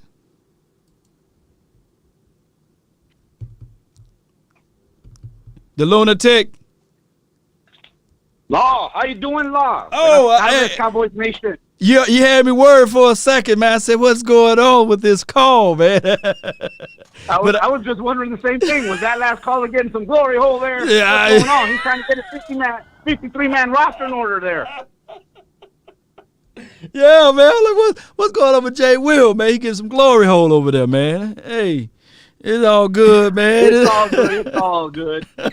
My man, unfortunately, Law, we got 4 players on the COVID-19 exempt list. What does that mean? They don't count against the 53-man roster. Oh. In a way, that helps us. That helps us because some of those players that we wanted to keep, we needed to have them on the 53-man roster for a day before we could move them to IR, short-term IR, such as that tight end McKeon, such as Gallimore, such as Josh Ball, which looks like he's making this team. Oh, yeah. So now with those 4 exemptions, there's going to be more cuts coming Thursday when all those 4 probably are coming back. But now you've got a couple more days to make some moves. It makes those roster moves a little easier to keep. If you really want to keep a player, you can do it. Remember when I said that word shenanigans? Shenanigans, Those yeah. teams are going to make some shenanigans. Well, luckily, I think it was just close contact COVID-19 exemptions. Going to make it easier for us. Now, as far as Cam Newton, Law, how many snaps did we see Dak play this preseason? None. None, right? Right. What is it about us? We need to see it to believe it. Otherwise, we freak out.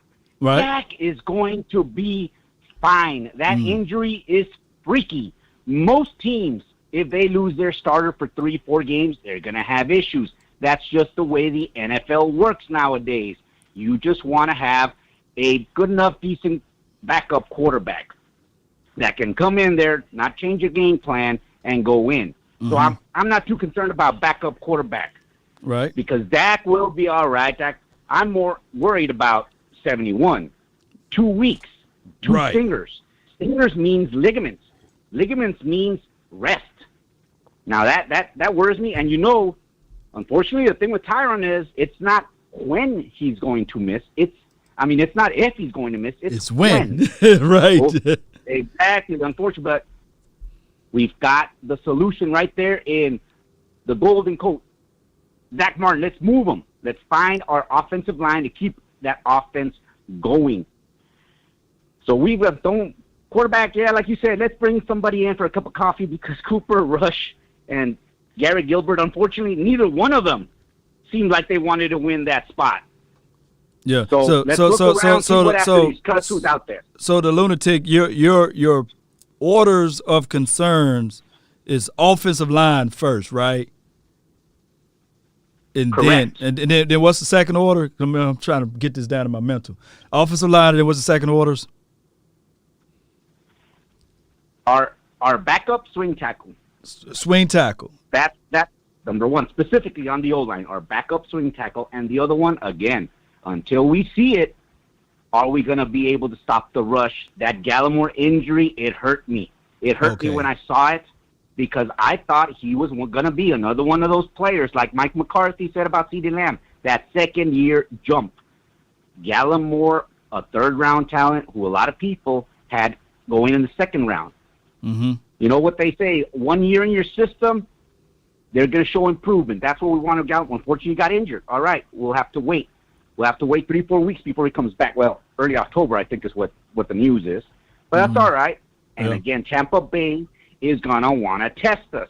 They don't want their 457-year-old quarterback throwing 30, 35 times. No. They're going to want to hand the ball off. So they're going to test us. Let's see our D-line. Questions on the D-line. Osa is looking kind of special.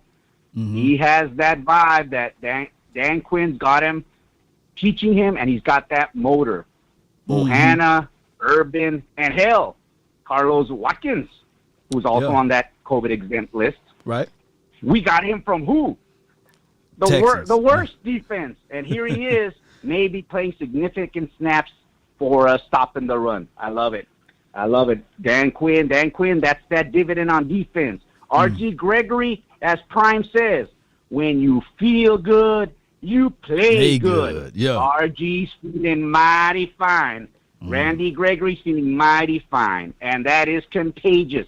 Micah's energy and D-Law saying, oh, thank God you're not going to chip me on every goddamn play. You can't double team me because I got 94. I got an interior push this time. Love it. Can't wait for this defense. This surprising defense. We don't need to be the goddamn Chicago Bears 85. That's not the way the NFL is anymore. Situational stops. We've got our offense. Let's give them more opportunities. Can you drive on us? Yes, you can drive on most NFL defenses nowadays. You can't even sneeze on a receiver without him being called a flag sometimes. Yeah. All we want to see is that defense improving. 3 to 4 weeks. 3 to 4 weeks, you're going to see what we're going to have in our defense. As long as it keeps improving. And hopefully within those 3 or 4 weeks, we're going to see Anthony Brown out and our future, either Bossman or Nashawn Wright.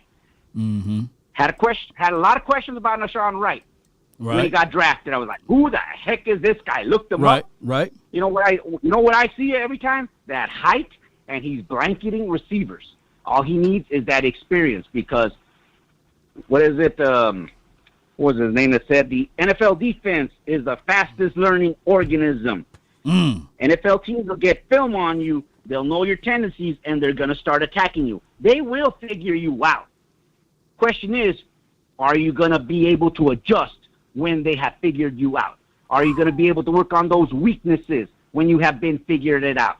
That's the difference between somebody making the team and one of those, he's been in 6 teams in 5 years.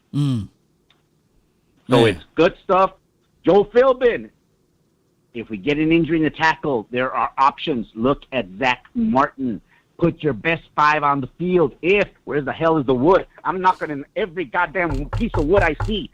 Injuries are the only thing that can derail us, just like they did last year. Right. So we got options, Law. Can't wait. Cannot wait. Appreciate you, the lunatic, man. What else you got, man? Remember, week 1, they said it was Tampa Bay. Well, Dallas, Dak, and that defense is going to turn it into Stampa Bay.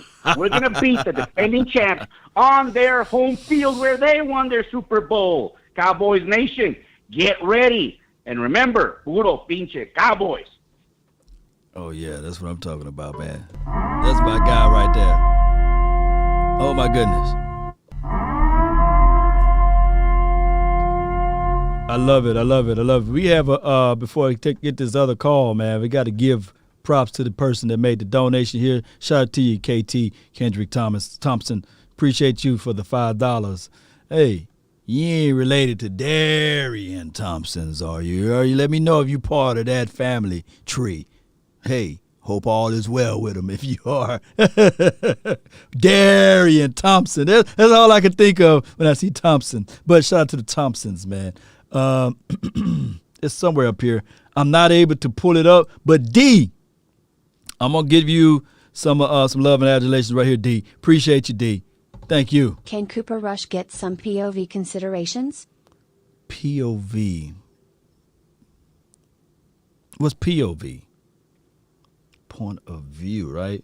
Point of view is considered, or you mean PVO?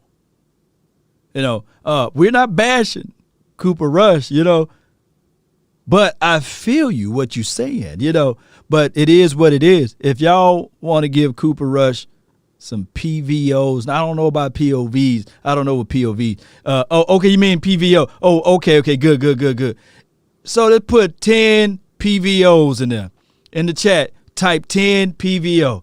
Follow my lead if you can. 10 PVO. Because, hey, he can still throw it, 10 PVO. Let me see PVO. Don't let me be the only one. Okay. I see somebody else. PVO.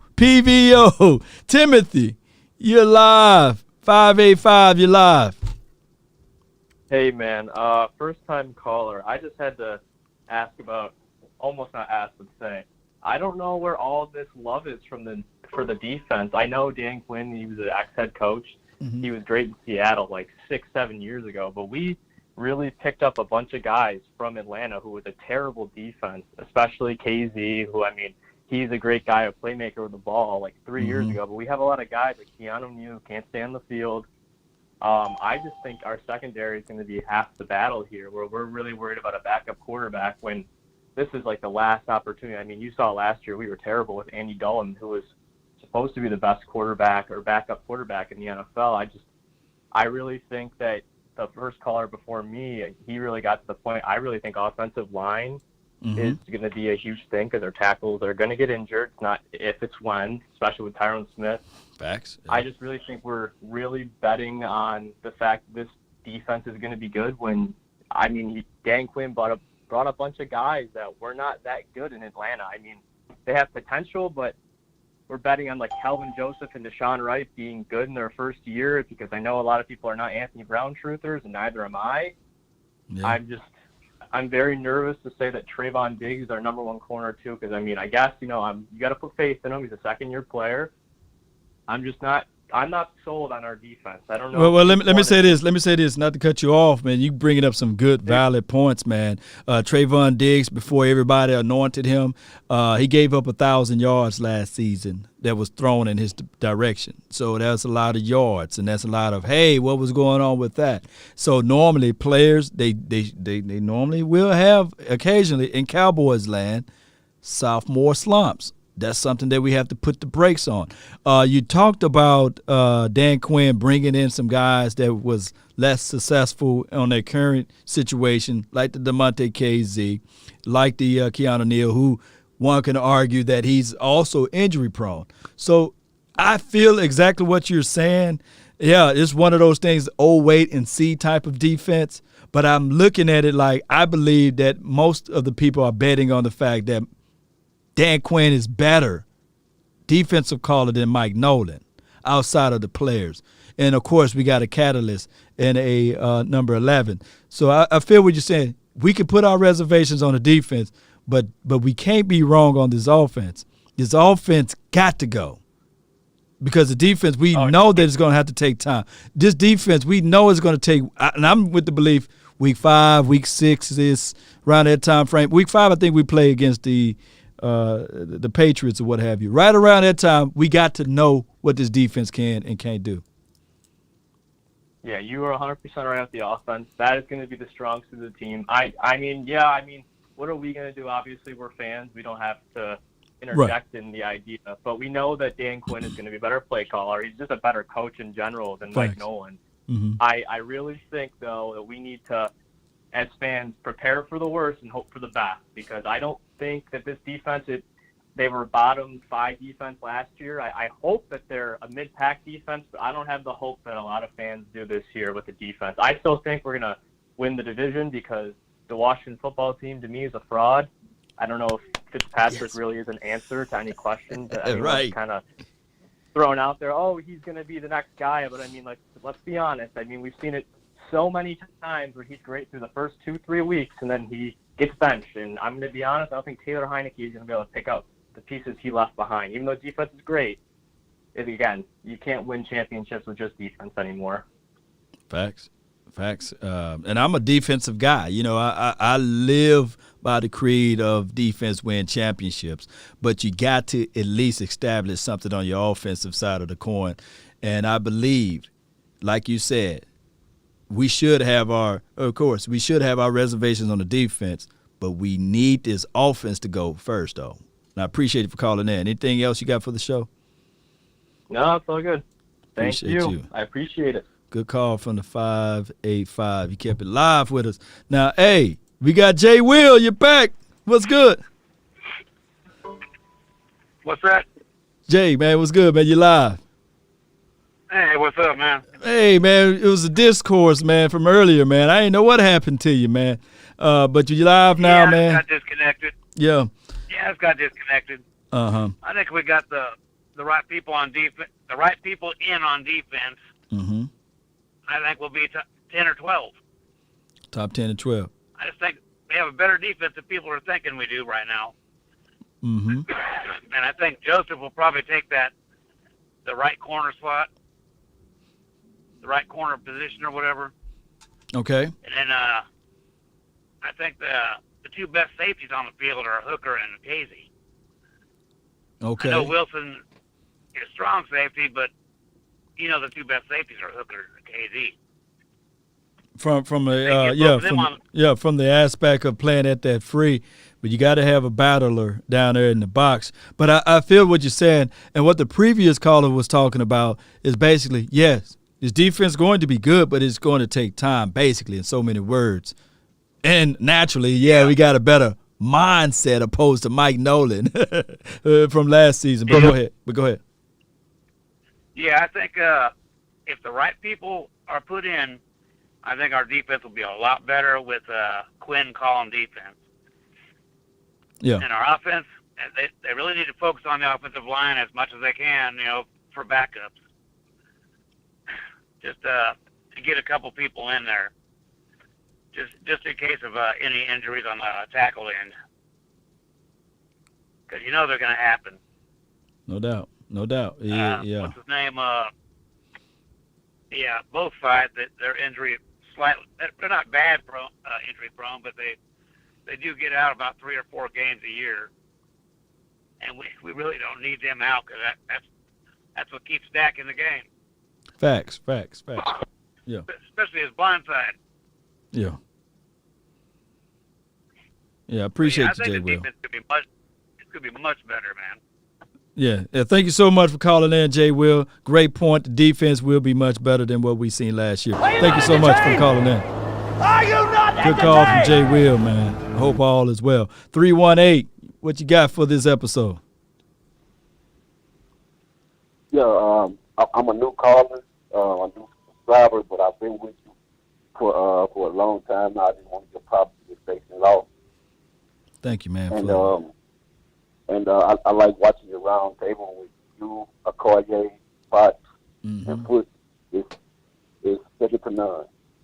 Oh yeah. But I want to say this: our offense can be a juggernaut. If our offensive line is stealing, we have a 3-headed monster at wide receiver. We have a 2-headed monster in tight end. Mm-hmm. We have a 2-headed monster at running back. Just think about how the New England Patriots use their 2 tight ends with weapons coming out the slot. It was you couldn't put a finger on what they were doing. I think we can exploit defense with that. And I just want to say this about the defense. We drafted a great linebacker in Micah Parsons. Mm-hmm. Now, when you got somebody that play with fire on your team. It's infectionate. It's affectionate to the whole team. When you got somebody out there willing to give their body up and do whatever it takes and just play with speed and desire to take down the ball carrier, it goes to your whole defense. It brings up your whole defense. Everybody on the defense will play with fire when they see a rookie coming in doing that. It reminds me of when Baltimore drafted Ray Lewis. Yeah. They're not the same player, but Michael might be a little faster. Ray Lewis was vocal. Michael's his play speaks for itself. That's all I want to say about that, Law. You can talk on that for a minute, but I'm a diehard Cowboys fan. I'm riding with my boys no matter what. And we're going to go out here and show Tampa Bay what other teams couldn't do to them in the playoffs. They didn't see an offensive line like ours. Yeah. They didn't see a running game like ours. So they better be ready for us, Law. That's all I got, man. Keep your head up and keep your station going, man. Love you. Appreciate you, man. Much love to you, too, man. Good call. Good call from the 318, laying it straight, baby. Great points, man. I always tell people this, and you can call me crazy, but all it takes sometimes is that one person, to change the impact, to be that dynamite that can blow up some stuff. One person, not multitudes of people, just one. Just one. Law, do you have any reference to that? Yeah, the Bosa kid. The Bosa kid that went to the 49ers. He did something to that team. Sparked that entire defense. They've been drafting defense for many a moons. But when they got Bosa, he sparked that entire defense. Oh, do you have any more reference points? Yeah, the other Bosa kid that went to the Chargers. And knifed that whole entire defense. Law, can you tell me some more facts, man? I heard it make your beard grow. Yeah. One player can really put teams out there and everybody say, yeah, that person can elevate. Charles Haley for the Cowboys back in the 90s. One person. Not saying that, hey, without Charles Haley, we would have not made it. No. That's not what I'm saying. But what I'm saying is collectively speaking, if you have that one, there could be that catalyst like Auntie Reviews is saying right there. Yeah. That thing that can ignite everything. And it could be number 11. Or it could be first 48. We don't know how this season really going to rock and shake all the way open. It could be the one that you're not expecting that's going to hit you in the jaw. 626, you live. It could be 75. You live. Hey, what's up, boss? Hey, nothing to it. What you got for this episode? Hey, man, I just think I'm a little concerned about Dak on his leg. You think he's kind of compensating a little too much about not throwing as much, so he's kind of pulling himself? Hey, I got a little echo, so can you turn it down just a little bit? Yeah, no, you good. You good. You the first person in like a month or so to talk about the leg. Most people have been talking about and having a conversational aspect of the shoulder, the arm. When I look at Dak Prescott and I see him out there running full speed in practice, he's still faster than the guys that was out there like the Cooper Rushes of the world and Gilbert, because he was running there, racing or what have you. So I think that Dak Prescott would be okay with his leg. I would like to see Dak Prescott get hit and get back up. But he played football. He played football his whole life, though. Yeah. Looks a little pretty sketchy, but I'm just saying, what about his shoulder? When he's throwing, how long can he be throwing that far? And how much are they going to ask him to be throwing?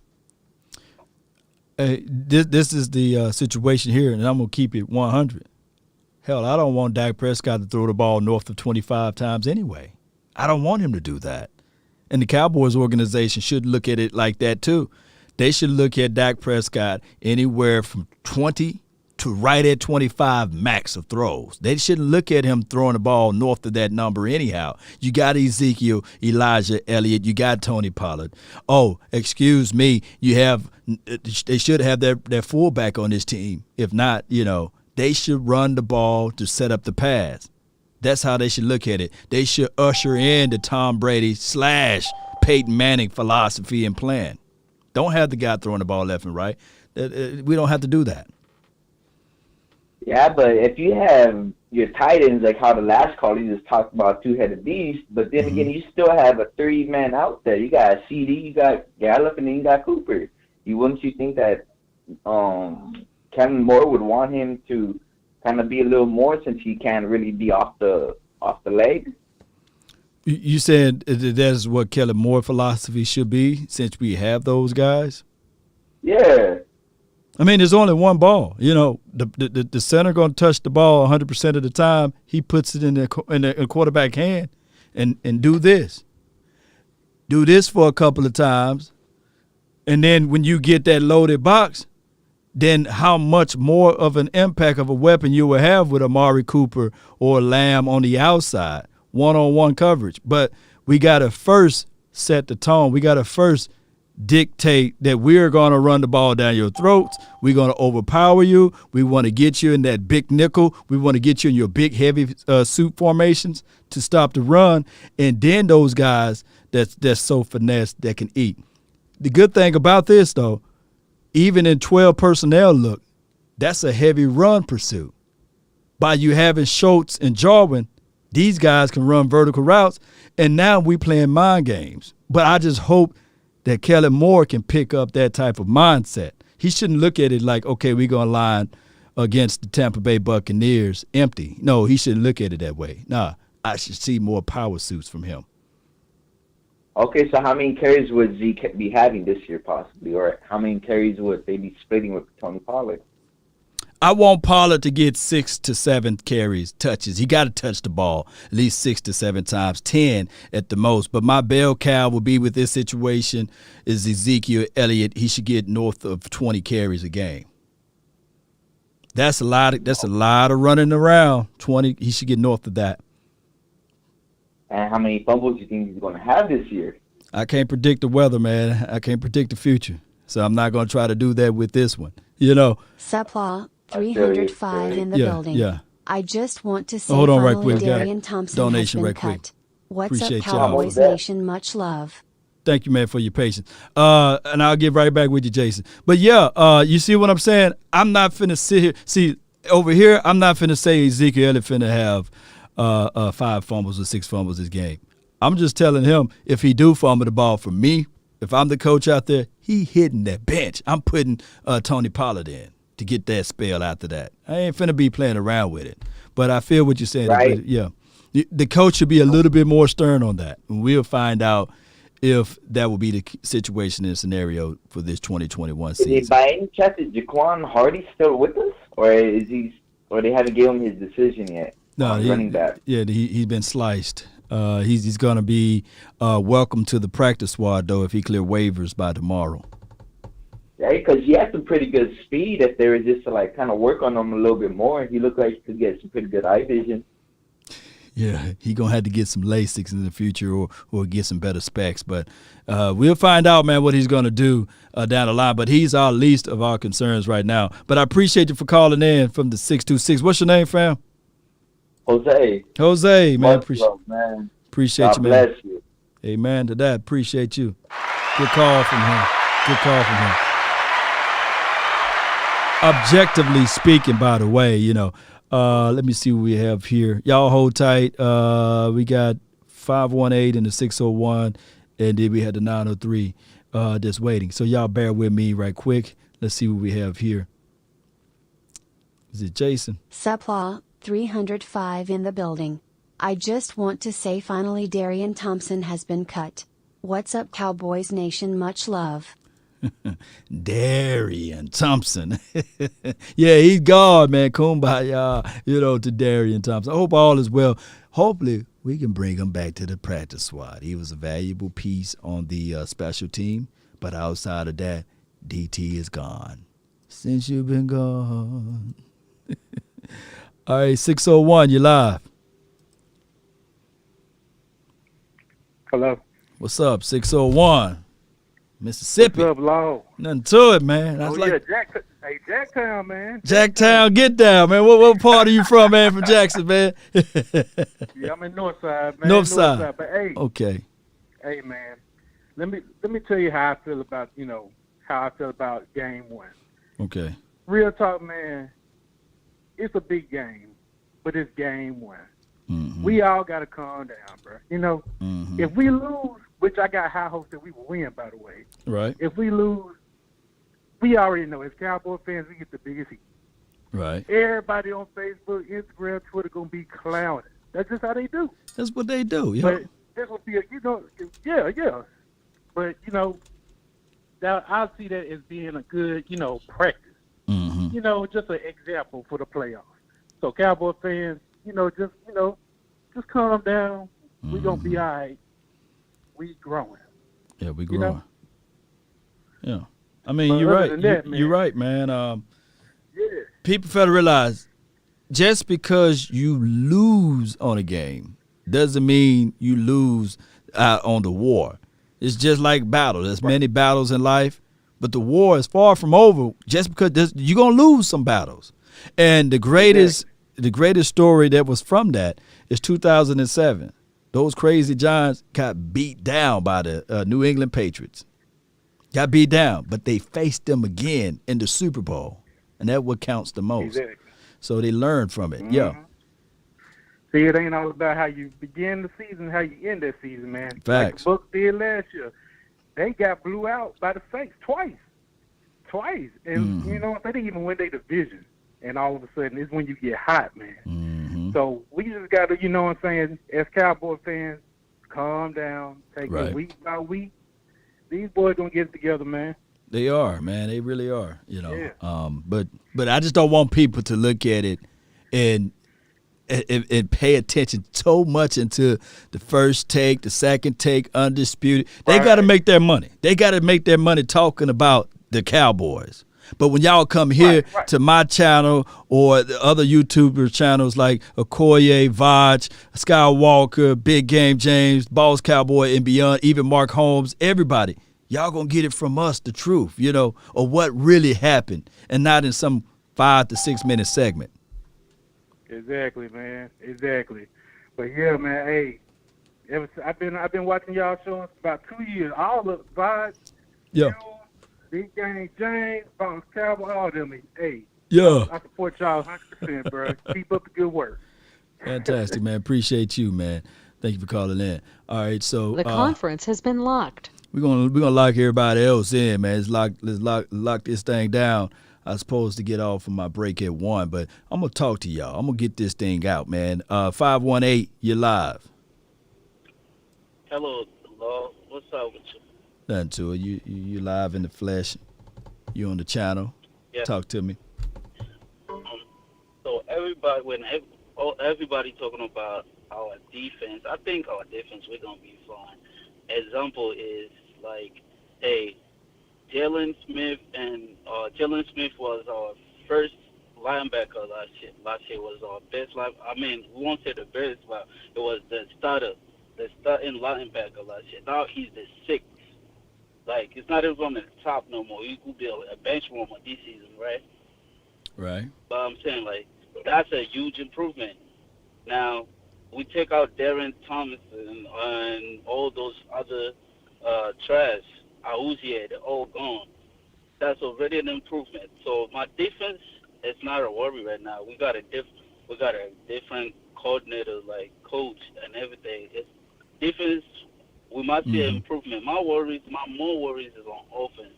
Regardless, everybody just seems to sleep on it. First of all, since Colin Moore got his job, you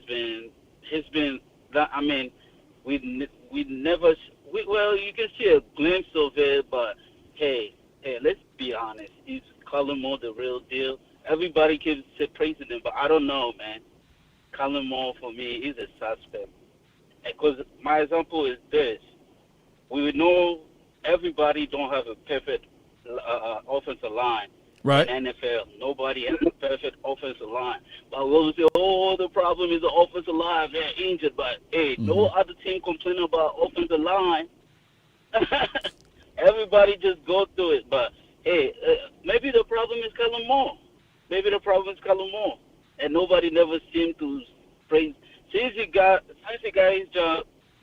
his job, he never really Zeke numbers went down. Our offense was never really our offense of 2018. So that's always my concern. People seem to sleep on that, you know? Yeah, this is a situation. You brought up some valid points, man. The thing is with Kellen Moore, his expertise is not running the ball. So, quite frankly, when you think of everything, he used to be a quarterback. He went from a quarterback to being a quarterback's coach, from a quarterback's coach to being the offensive coordinator.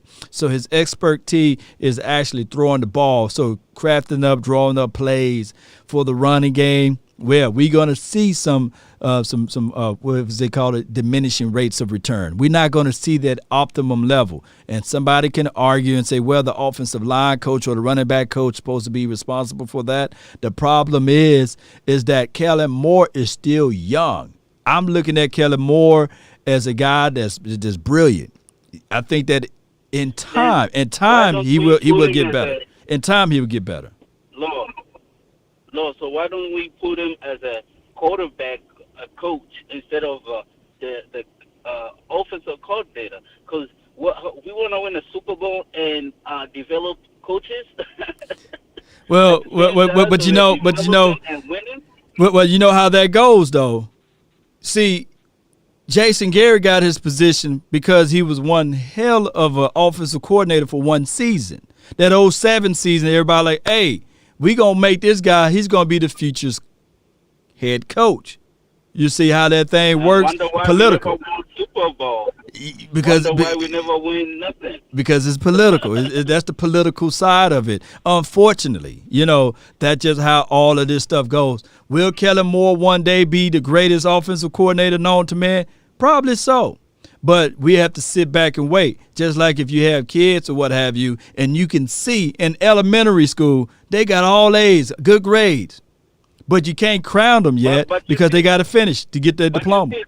Tampa, though, Say again? Tampa, they wanted to win a Super Bowl. The dream was to win a Super Bowl last season. After the Super, they got Tom Brady. They changed everything. They went from having a trash-ass team to everything being a Super Bowl team. Why we can never just decide like, hey, we want to win a Super Bowl. Let's not hold back. Let's not go and buy budget-ass players, budget-ass coach. Let's not stop developing Kellen Moore. Let's put that on the side and win a Super Bowl. Because you're wasting talent. Some players come in the whole life to be a Cowboy for life, but they're not gonna win nothing. But there's a song by Frank Sinatra that said, hey, I did it my way. Jerry Wayne Jones is trying to do it his way. There were multitudes of Super Bowls from 25 years in the past.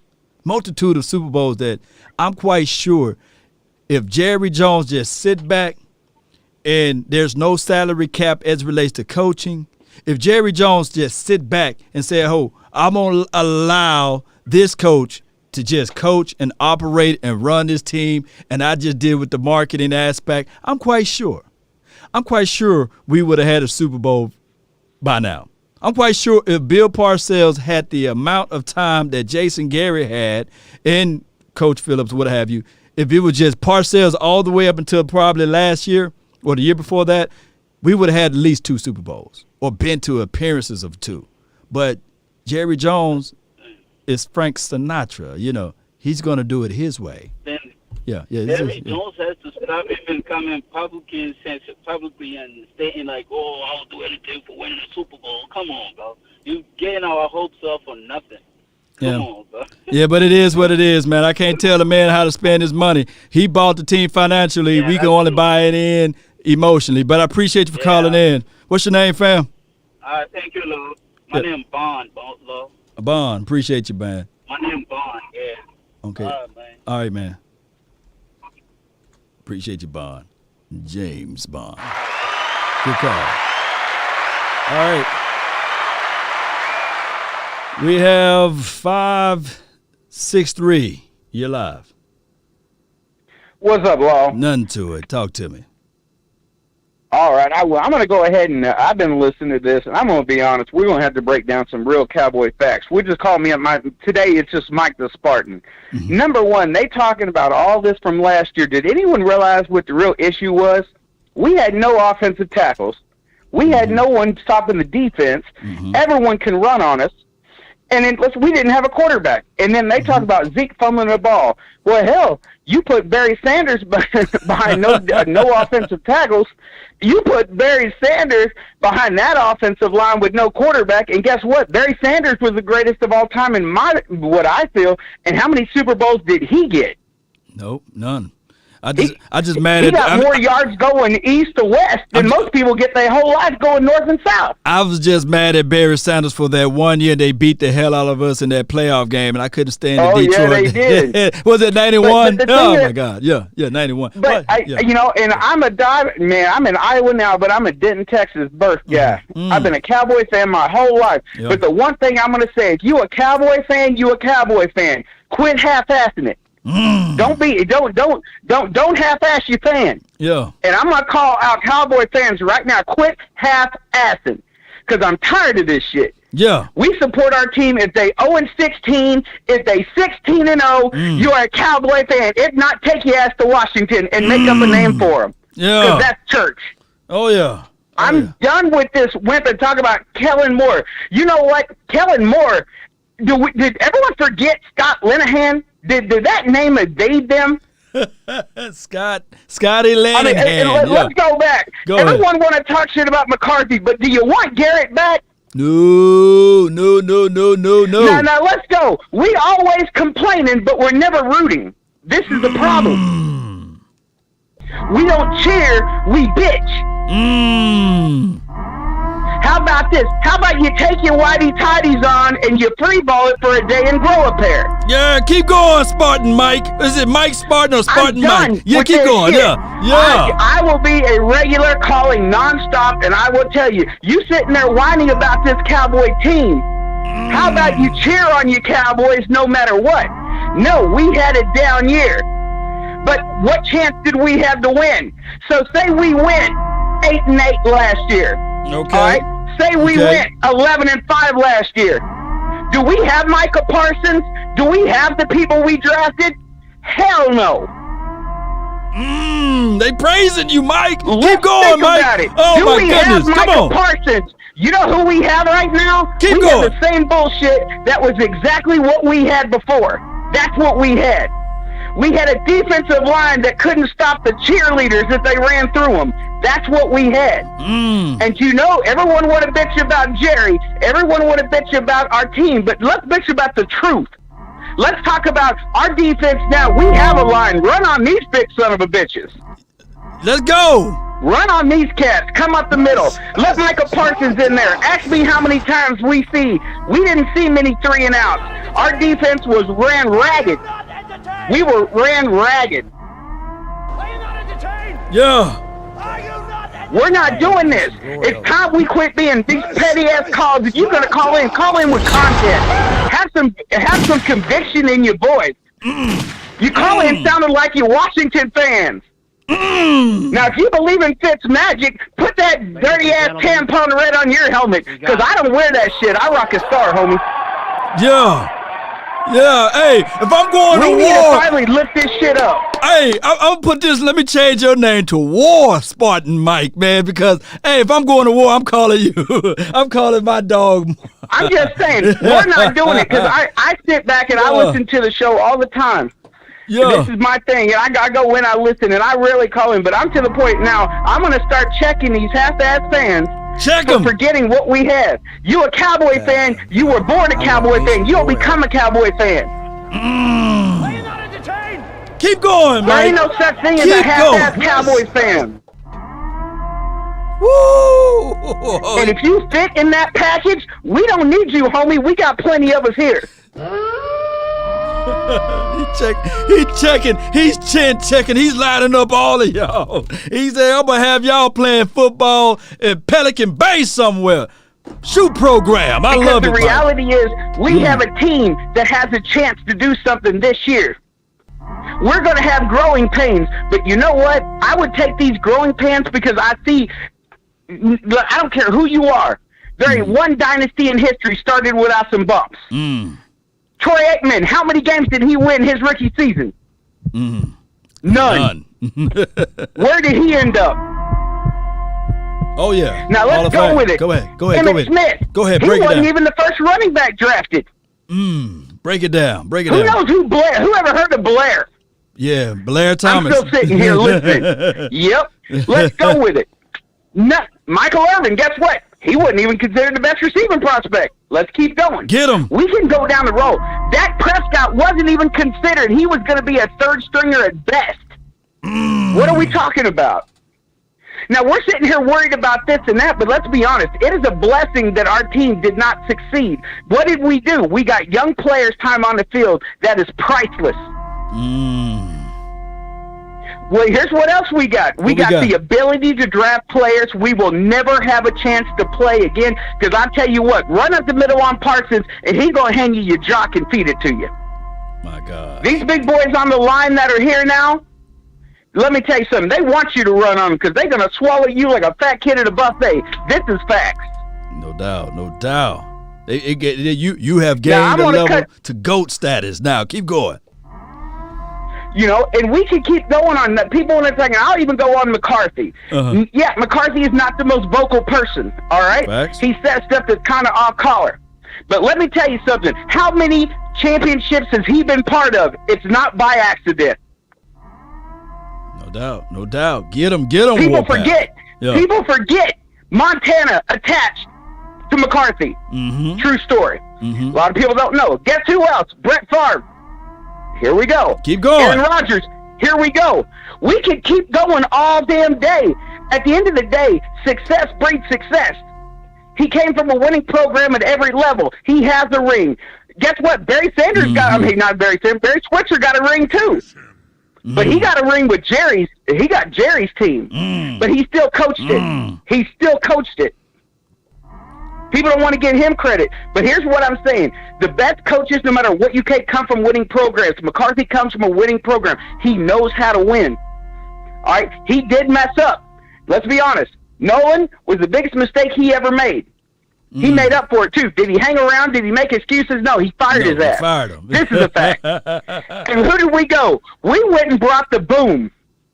All right? We went and got the best defensive coach there is right now on our team, building something that fits our defense. Not his defense, our defense. We got a coach that players will play for. When they winded, how many players are going to say, I don't play hard every play under that man? We ain't going to have none. Zero. You ain't going to have it. How many players do you see? Players are coming here that normally wouldn't sign with us for less money because of who we have. Don't take that for granted. We got defenders that are going to start coming here and playing for this man, taking less money that builds a dynasty. Let's go, Mike. Man, I'm going to say this. We can go all day talking about facts, but here's the reality. No more half-ass Cowboy fans. Get the F out of here. That's what I'm talking about, Mike. Appreciate you so much for calling in. Just get one more word out. Always, baby. Just say this for me. How about them Cowboys? Say that, Jerry. Just say that Jimmy Johnson line. How about them Cowboys? One more time. Say it for me, man. How about them Cowboys? Yeah. On your way out. That's what I'm talking about. This is Sparta! Hey, I'm going to record that and we're going to play that throughout the echoes of the worlds. You know, I got to stay neutral because this is the only way that we can get some information for the nation on this situation. But man, oh man, I love it when a caller calls in and just go all the way on one side of the coin and just tell everybody, hey, grow a pair, grow a pair. I love it. I had to blow that out a little bit, but man, hey, if this lunch break show, man, wasn't one of the best, man, I don't know what you guys are doing with yourself during your lunch break, but I got one more person that's been hanging around here, and I already know that you guys got the rated R version from Spartan Mike. That's his new name. But now we're going to take y'all to church a little bit with Lady Jessica. Hey, get ready. Lady Jessica, you're live like 95. What you got? Hey, Mom, I'm trying to tell you, I'm so sick and tired of all of this negativity. I don't know what to do. The season ain't got started. It's time for the season, man. What is wrong with y'all fans? Get up off of the stupidity. Get up off of the negativity. If you don't believe, baby, get off the ship. I done already told y'all this. Kick rocks. Because if you don't believe, you don't belong. Right. That's what I got to say. And old boy just told y'all, you don't believe? He told y'all what to do. Oh, yeah. Oh, yeah. His way. I mean, because he said to me telling y'all how I've been telling y'all the same thing. Yeah. PVO. Stop all of the negativity. Stop all of these talking about we don't do this, they ain't gonna do this. This is not nothing shit. Stop living in the past. And I tell y'all, you cannot get nowhere if you study putting your hands back to the plow. You can't go forward. Yeah. You can't go forward. Yeah. You can't put your hand to the plow and look it back. What's back there? What's back there? Your future not back there. Your future is in front of you. So stop looking in the past and stop talking about what these boys did. And that's just healthy. The same God that gave him that brand new anchor gave him a brand new shoulder. Y'all need to chill out. These boys ain't got out there and played yet. And y'all bellyache when they had Dak out there during preseason. Then when they listen to the fans and stop playing our star players during preseason to try to keep them in the game a little lot longer during the regular season, y'all still grinding up like Stop complaining and start lifting people up. And y'all be tweeting all this negativity. They see y'all. How do y'all call yourself fans and then do that? But old boy did something kind of like Warpath. So all I got to say to y'all is PBO, stop living in the past. Stop putting your hand back to the plow, looking back, baby. What's back there is over. Jessica, What's before Lady Jessica, you must be at work. You must be at work, huh? Yeah, I said, I know normally I'm waiting on the fire. I'm sitting like, where my fire? I said, she must be at work. Okay. But keep going. So I'm on my lunch break. Y'all need to chill out, bro. Y'all know good and doggone well Dak is a fighter. This man done proved himself to us as fans, as all of us. That man is working not just for himself, but for his team and for the fans. Because he don't want to disappoint himself, and he don't want to disappoint his team, and he don't want to disappoint his fans. Now, y'all need to start showing that man some respect and stop talking down on him. And, Lord, what is this I hear they talking about we getting Cam Newton? Cam. No. He just been released by the Patriots, and I don't know. Why do we need him? We got Dak. And y'all sitting up here griping and complaining about a backup quarterback. Y'all need to stop looking for something to happen to Dak. Because ain't nothing to happen to Dak. This Dak future, I done seen that man hold up that Heisman Trophy. When God showed me that vision, I thought it was that year. But Lord knows, I still keep saying it's got to be this year.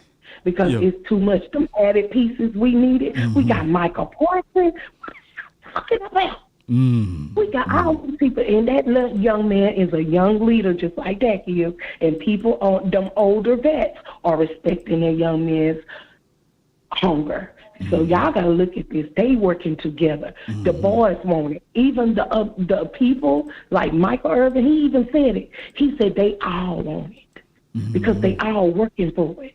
If they wasn't working for it, why do y'all think Dak put that doggone me football field in the back of his yard? And y'all sitting up here griping and complaining about, they going to be, I guarantee you. I heard it's only 3 days anyway. And like I told you, y'all, that man didn't put that football field back there just to be playing around. Dak put it out there so he can work with his team members, so he can show them what he is want as well. And they all want the same thing. One team, one style, working together as one, and it's time to go get number 6. So y'all keep y'all heads up, and y'all stop being so negative. If y'all woke up and everything in your life and everything bad was going on, you got to have bad to get to the good. Y'all know that? I done been through so much in my life. I don't look like what I've been through. And I done come through so much because of God. And it's to be a light to show people what God can do. And the same God that done it for me, He gonna do it for you. People say God ain't in, but God is in everybody's life. Every one of us belong to Him. Man is Lord as angel. It's right there with the angel. Do you not know that? Appreciate you so much, Lady Jessica. Thank you so much for calling in. You are a real one. Hey, have a great day at work. Thank you so much. God bless you. Amen. That was Lady Jessica. Oh, my goodness. Hey, this was the good lunch break for you guys. I hope you guys enjoyed your meal. Hope you guys enjoyed your time. And speaking of that, man, that's been my time. I really thank you all for yours. Let's go, Cowboy Nation. Let's continue to grind and shine. I really appreciate you guys. Now, if you've been listening this far and you made it this far, and if you have not hit that like button, you already know. If you had not hit that like button, shame.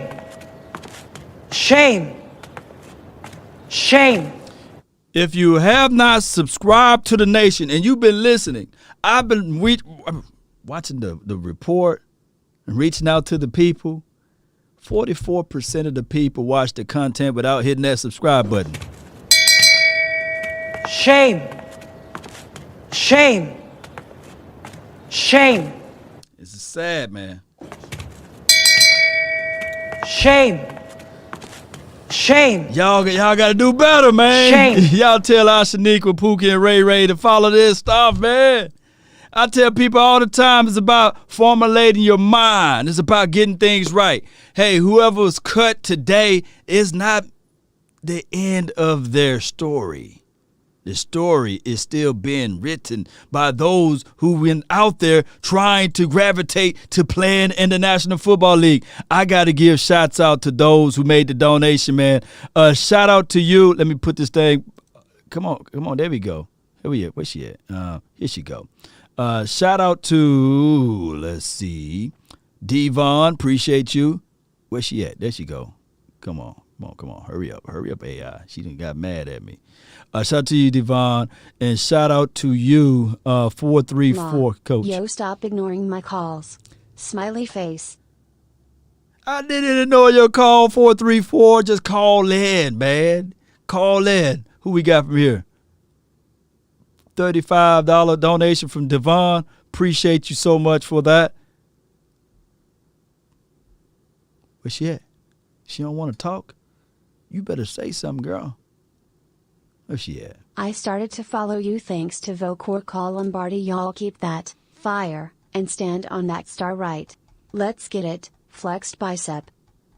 Yeah, we flexing it on around here, man. Appreciate you so much for that. Thank everybody for making the donations, man, to help support this thing. Especially all of you love and adulations for everything. Thank you, everybody, man. Let's continue to grind and shine. Focus your mind to it, baby. Turn me up. I tell people all the time, man, it's not where you start at, man. It's how you finish. We really do. That is the process of life and those who's looking into this battle. There's many battles. You're going to lose some. But it's what you acquire in your mind to pick those things up that you thought you might have lost in that battle and to reshape that and learn from it. Cowboy Nation, that is the reality of it. I got on the list right here yesterday, we did the show. Scott called in and said we're going to win by 2 tubs. I can't wait for that to happen. And then we got Mason saying we're going to lose by 3 touchdowns. Somewhere, I don't care as long as we compete. And I'm going to tell you guys this. Even when we win, I still want us to compete. I never want us to go through a victory and we start benching our players. We start ladding up a little bit. No! I want that foot to the neck, that knife to the back. I want to continue to call through that thing. I want them to remember our name. I do. If you want a thing bad enough to go out there and fight for it, to work day and night for it, to give up your time and your peace and your sleep for it, if all of your desires of it makes you quite mad enough that you don't get tired of it, and it makes you hold all other things tawdry and cheap for it, if life itself seems empty and useless without it, and all that you scheme and dream is about it, if you'll gladly go out there and sweat for it, and fret for it, and plan for it, and lose all terror of God or man for it, if you will simply, just simply go after the thing you want with all of your capacity, strength and scarcity, with faith, hope, and confidence and stern pertinacity. If neither cold, poverty, or famish, or fame, or sickness of body or brain can turn you away from the thing you want, if dogged and grim and proceed and beset it, guess what? With the help of Almighty Cowboy Nation, you will get it. By the end of the year, if you guys don't know that creed, stop listening to me. Go learn that. Put that into your body, your mind, your soul. And watch, the things you speak in your life will happen because you believe it in your heart and you manifest it with your actions, not just your words, baby. Let's continue to grind and shine, baby. That's been my time. I really thank you all for yours. And remember, you're listening to nothing but the best. Turn me up. Yeah, come on. Yeah.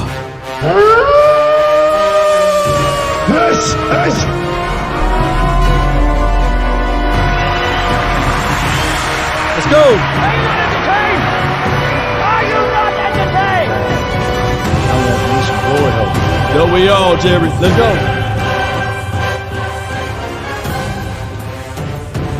It's one time, baby.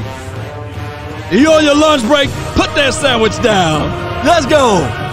Drink a load of coffee, baby. Are you not entertained? Is this not why you're here? Cowboy Nation all day, baby. We don't die, we multiply. Yeah, let's go. Come on.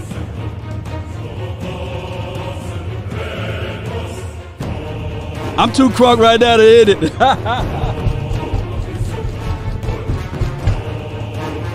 Come on. I'm really looking for my volume button. And give me a check-in. Here we go. Turn it up some more. Let me see some fire emojis in there. Some fire and desire. Yes. Come on.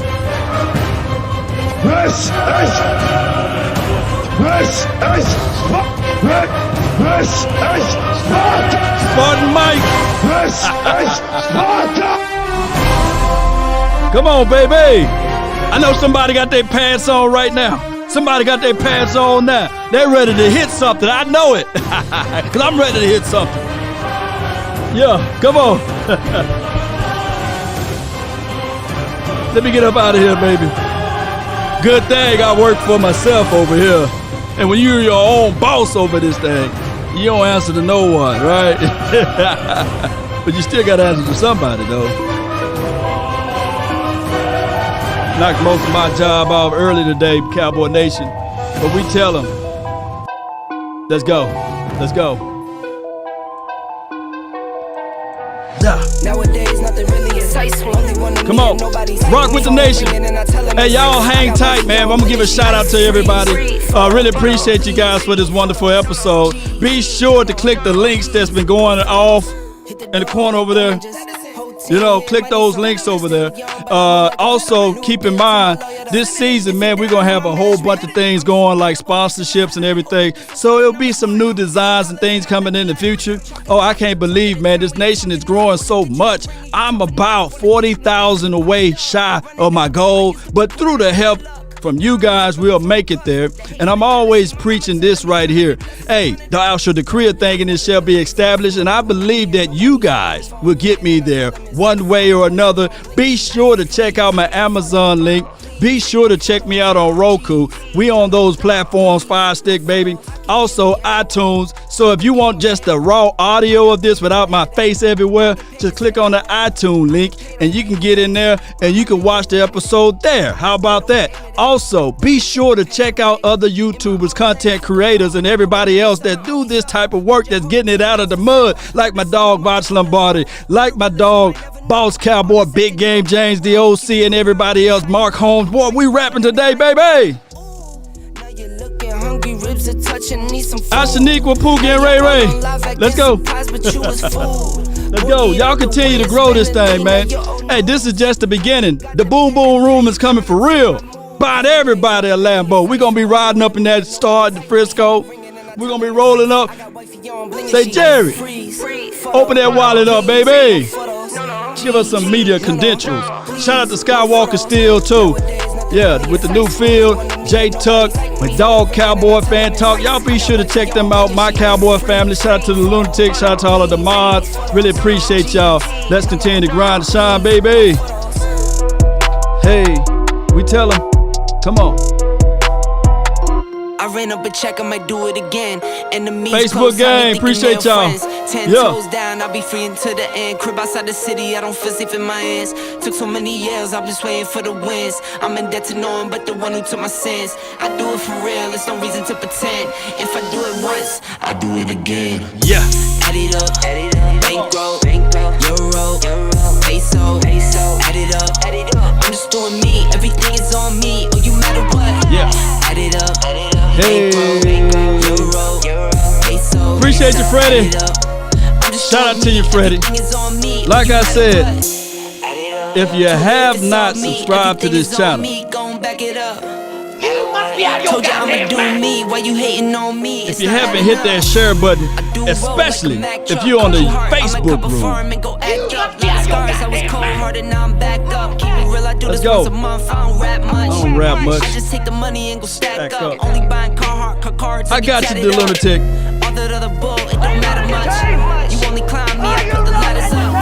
No fault. I done doubled up on the workload. Come on. I think I fell in love with the bankroll. Pray up, get money, then we lay low. And we lay low. Hey, come on. Come on. Y'all be sure to hit that like button, share this content, let a friend, neighbor, foe. I'm begging for you guys right now to do that. Yeah, let me see them fire. Hey, like Kwame Brown, he talking about sprinkling some of mama's cookies. Shout out to him. Well, I want y'all to sprinkle some of those blessings over here with that fire emojis and that like button and that share button. Let's go. Yeah, I got you. Carlos Allen, appreciate you. Yeah. Super Bowl Cubio 88. Shoot. Y'all think I'm crunk now? You think I'm crunk now? Come on now. Shoot. I'm gonna have all the haters. I'm gonna just line them up just like this. I'm gonna say lean forward right there. I'm gonna slap them all when we get that thing. I'm gonna have my dogs out and then we gonna chill out with this one. Appreciate y'all, man. Let's go. We out for real, for real. One love. Shout out to Natchez, Mississippi. That's my hometown. That's where we get down at. Appreciate everybody. Salute to Duncanville, Cedar Hill, DeSoto, Waxahachie, Oak Cliff. It's all around, baby. DF Dub.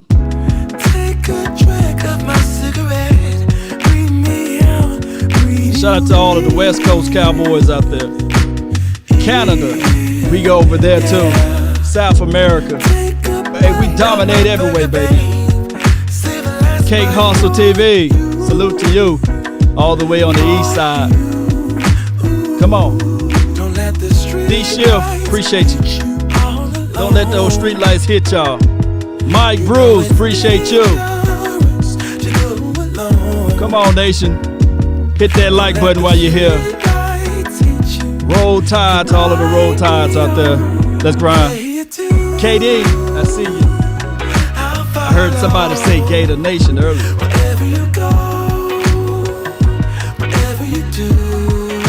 Y'all see Emmett.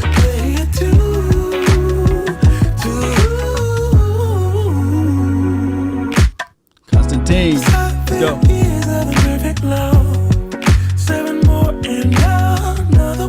And another one. Yeah, yeah. Cam, CEO. It's your birthday. Happy birthday to you, man. Happy birthday to everybody. Happy birthday to Cam.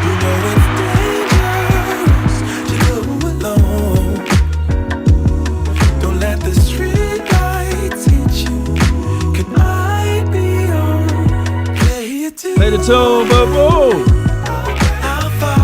Hey. Y'all put a happy birthday to Cam, CEO. Not Cam Newton, though. And not Cam with the K.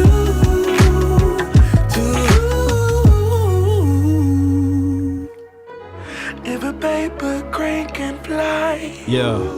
then forever doesn't feel that far. So far.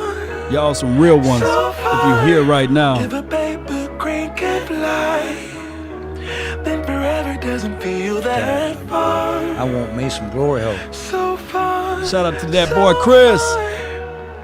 If a paper crane can fly, fly on, fly on, fly on, fly on, fly on. This song is by Revel Day, Paper Crane. That's the name of that song. Really appreciate each and every last one of you all. And remember, you're listening to nothing but the best. You have to be your biggest fan. And when things are really tough and they're really rough, Stream powered by The Game Day, the new sports and betting app. Be sure to check them out. The link is in the description box. Check in on the link for the latest sports booking and promo betting and expert picks. The Game Day.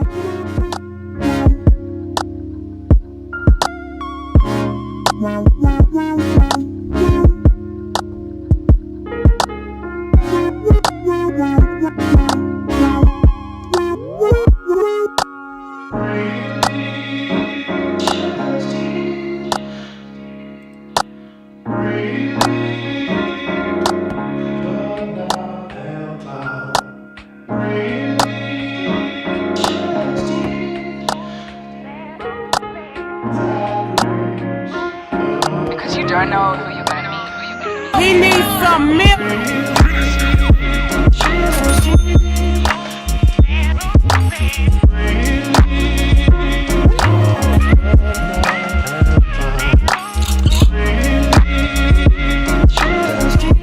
I want me some glory hole.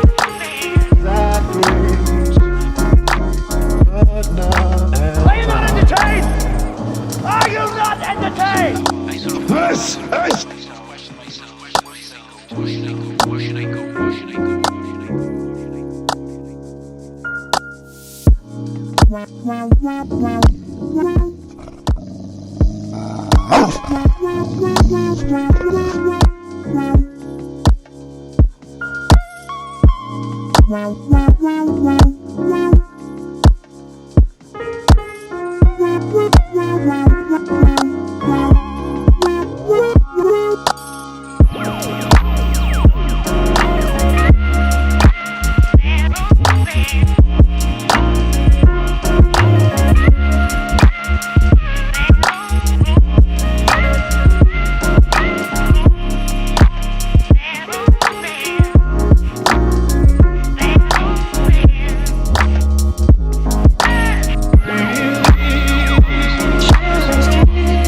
Just something to relax to. Until next time. Peace, love. Nation, I calmed down a little bit now. This song is a mental clarity for me. I hope it is for you. Let's go.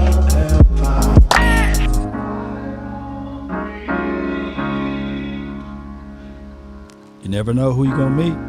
You have to be your biggest fan. And when things are really tough and they're really rough and nothing's working, but there's something inside of you that says, no, just have to follow that. Because you don't know who you